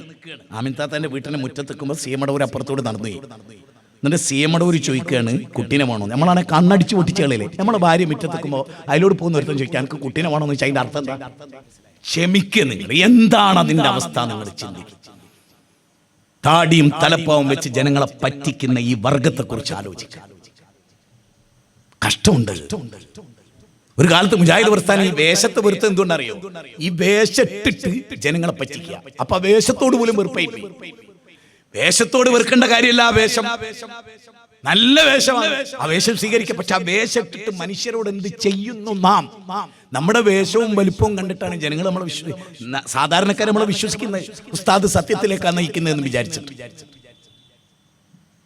ഞാൻ ദയവ് ചെയ്ത് തലപ്പാവ് ധരിച്ചു നിങ്ങളെ ബഹുമാനിച്ചുകൊണ്ട് തന്നെ ചെയ്യരുത്. ഇഷ്ടം പോലെ ഒരു 100 തലമുറക്ക് ജീവിക്കാനുള്ള കാന്തപുരം ഉണ്ടാക്കിയിട്ടുണ്ട്. ഒരു 100 തലമുറ. അംബാനിയും ബിൽഗേറ്റ്സ് പോലും സങ്കല്പിക്കാനാവാത്ത സ്വത്തിന്റെ ഉടമയാണ് കൂട്ടരെ ഈ കാന്തപുരം എന്ന് പറയുന്നത്. 2 സ്ഥലം. ഞാൻ വെറുതെ, നിങ്ങൾ വിചാരിച്ചോ സർക്കാർ പറയും ഖജനാവ് പൈസ ഇല്ല, സത്യമായിരിക്കും. പക്ഷെ കാന്തപുരം എപ്പോഴെങ്കിലും ഖജനാവ് പൈസ ഇല്ല എന്ന് പറയുമോ? നിങ്ങൾ എന്താ കേരളത്തിലെ ദർഗേന്ന് പോകുന്ന പൈസ എത്രയാ? പാവപ്പെട്ടവള് ചൂഷണം ചെയ്തുണ്ടാക്കുന്ന പൈസ എത്രയാ? 1000 തലമുറ ജീവിക്കാനുള്ള മോനടക്കം ഉണ്ടാക്കി വെച്ചിട്ടാണ് നോളജ് സിറ്റിയിലേക്ക് കടക്കാൻ പോണത്. മനസ്സിലായോ?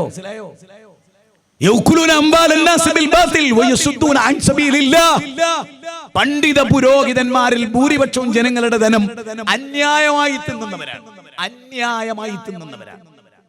ആ പണി എവിടെ? അതുകൊണ്ട് ദയവ് ചെയ്ത് അല്ലാഹുവിനെ ഓർത്ത് ഞാൻ എൻ്റെ ഉമ്മത്തിനോട് പറയാണ്, ലൗ അൻസൽനാ ഹാദൽ ഖുർആന അലാ ജബലിൻ ലറഅയ്തഹു ഖാശിഅൻ മുതസദ്ദിഅൻ മിൻ ഖശിയത്തില്ലാഹ് അഫലാ യതദബ്ബറൂനൽ ഖുർആൻ അം അലാ ഖുലൂബിൻ അഖ്ഫാലുഹാ വനുനസ്സിലു മിനൽ ഖുർആനി മാ ഹുവ ശിഫാഉൻ വറഹ്മത്തുൻ ലിൽ മുഅ്മിനീൻ. 40-ാം അധ്യായം 24-ാമത്തെ വചനം. അവർ ഹൃദയം പൂട്ടിട്ട് വെച്ചിരിക്കുകയാണ്. അവരെന്താ ഖുർആനെ കുറിച്ച് ചിന്തിക്കാത്തത്?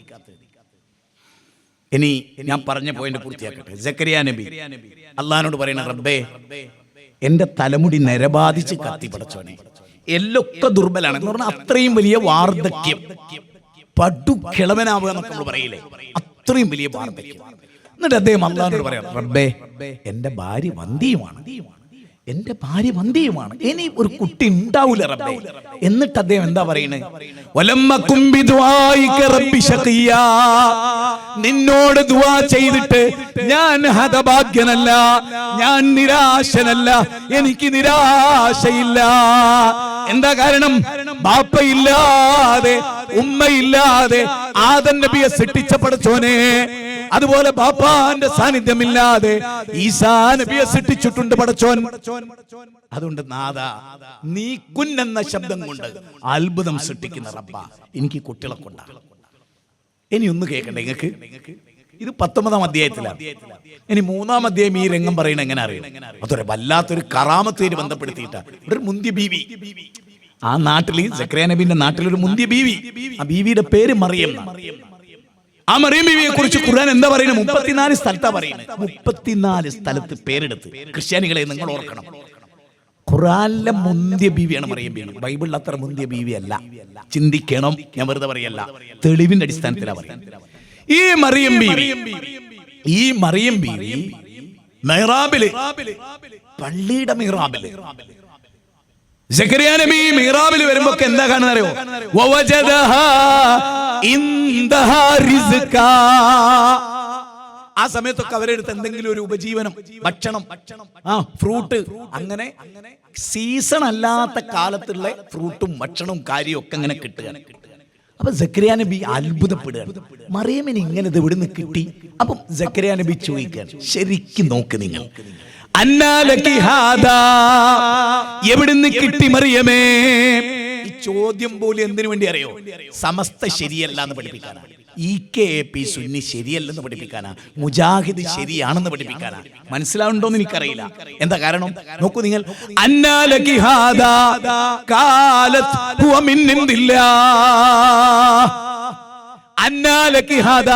മറിയമേ, സീസൺ അല്ലാത്ത കാലത്ത് ഈ ഭക്ഷണവും പാനീയവും ഫ്രൂട്ടും നിനക്ക് എവിടുന്ന് കിട്ടി മറിയമേ?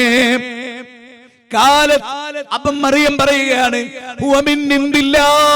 ഇത് റബ്ബ് തന്നതാണ്. സമസ്തക്കാര് പറയുന്ന ബീവിയാണ്. എന്താ പറയണ്ടേ? ഞാനാരാ മോള്, ഞാനാരാ മോള്, ഇതിന്റെ പവറാ. അങ്ങനെ എന്തിനാണ് സക്കറിയ നബി ചോദിക്കണെന്ന് അറിയോ? അതിലൊരു പൊരുളുണ്ട്. അതതിന്റെ തൊട്ടപ്പുറത്തായത്ത് വായിച്ചാൽ കിട്ടും. എന്താ? സീസൺ അല്ലാത്ത കാലത്ത് മറിയമിന് ഇങ്ങനൊക്കെ കിട്ടിയിട്ടുണ്ടെങ്കിൽ, വന്ധ്യയായ ഭാര്യ ആയിക്കോട്ടെ, ഞാൻ വയോവൃദ്ധനായിക്കോട്ടെ, എനിക്ക് കുട്ടിനെ കിട്ടണമല്ലോ. അതുകൊണ്ട് ചോദിക്കുന്നത് എവിടുന്ന് കിട്ടി മറിയമേ? മറിയം പറയും, എന്റെ കഴിവല്ല, പടച്ചോൻ തന്നതാ. അപ്പൊ പിന്നെ ചോദിക്കേണ്ടത് ആരോട്? കറാമത്തുണ്ടോ? ഉണ്ട്. കറാമത്തുള്ളവരോടാണോ ചോദിക്കേണ്ടത്? കറാമത്ത് നൽകിയവനോടാണോ ചോദിക്കേണ്ടത്? നമ്മൾക്കിടയിൽ ഒരു തർക്ക. ഖുർആൻ തീർപ്പ് കൽപ്പിക്കുക. ആയത്ത് കേട്ടോ, റബ്ബിനോട് അവിടെ വെച്ച്, ആ മിഹ്റാബിൽ വെച്ച് സക്കറിയാവിനെ തേടി, പടച്ചോനെ എനിക്കൊരു കുട്ടിനെ തരണേ, നീ ദുആ കേൾക്കുന്നവനാണല്ലോ. ഇനി എന്റെ ചോദ്യം, സക്കറിയ നബി സമസ്തക്കാരനാണോ വഹാബിയാണോ? സക്കറിയ നബി സമസ്തക്കാരനാണോ വഹാബിയാണോ? ഞാൻ അവസാനിപ്പിക്കണം, എന്റെ ടൈമായി തുടങ്ങി. സക്കറിയ നബി വഹാബിയാണോ സമസ്തയാണോ? മറിയം ബീവിയുടെ കറാമത്ത് നേർക്കുനേരെ കണ്ടാളാ, എന്നിട്ടും പടച്ചോനോട് തേടി എന്ന് പറഞ്ഞാൽ അതിന്റെ അർത്ഥം എന്താ? കറാമത്തില്ല എന്നാ? അല്ല, കറാമത്തുണ്ട്. കറാമത്തുള്ളവരോട് തേടാൻ അത് കാരണമായി കൂടാ. ഇത്ര ക്ലാരിറ്റി വരുത്തുക. എവിടെ? 3-ാം അധ്യായം. 3-ാം അധ്യായം. ആ 3-ാം അധ്യായത്തിൽ അല്ലാഹു സുബ്ഹാനഹു വ തആല ക്ലാരിറ്റി വരുത്തുകയാണ്. 38, 39. അപ്പം നമുക്കൊരു കാര്യം മനസ്സിലായി, കറാമത്തുണ്ടെന്ന് മനസ്സിലായി, കറാമത്ത് അള്ളാഹുവിന് ഉദ്ദേശിച്ചവരോട് പ്രകടിപ്പിക്കുന്ന മനസ്സിലായി. അതിന് അള്ളാഹുവിന് മാത്രമാണ് അതിന്റെ കൺട്രോൾ. അത് ആരിലൂടെയാണോ പ്രകടമാകുന്നത് അവർക്കതിലൊരു സ്ഥാനവുമില്ലെന്ന് വ്യക്തം. അതുകൊണ്ട് ഞാൻ എൻ്റെ പ്രിയപ്പെട്ട യുവാക്കളോട് ഇനി പറയുന്ന ഒരു 2-3 മിനിറ്റ് കഴിഞ്ഞ് ഞാൻ പെട്ടെന്ന് വിടുന്നു പോകും, എൻ്റെ ട്രെയിനിന്റെ ടൈം അത് ആയതുകൊണ്ട്.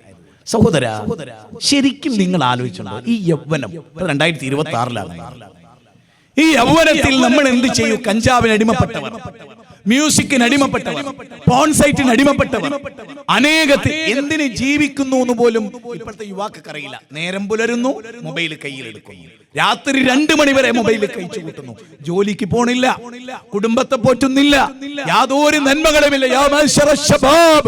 യുവാക്കളുടെ സമൂഹമേ, നിങ്ങളുടെ യുവത്വത്തെ കുറിച്ച് പരലോകത്ത് ചോദ്യമുണ്ട്. എത്ര ആളുകളാണ് പൊടുന്നനെ മരിച്ചു വീഴുന്നത്? ജീവിതത്തിന് ലക്ഷ്യം വേണ്ടേ?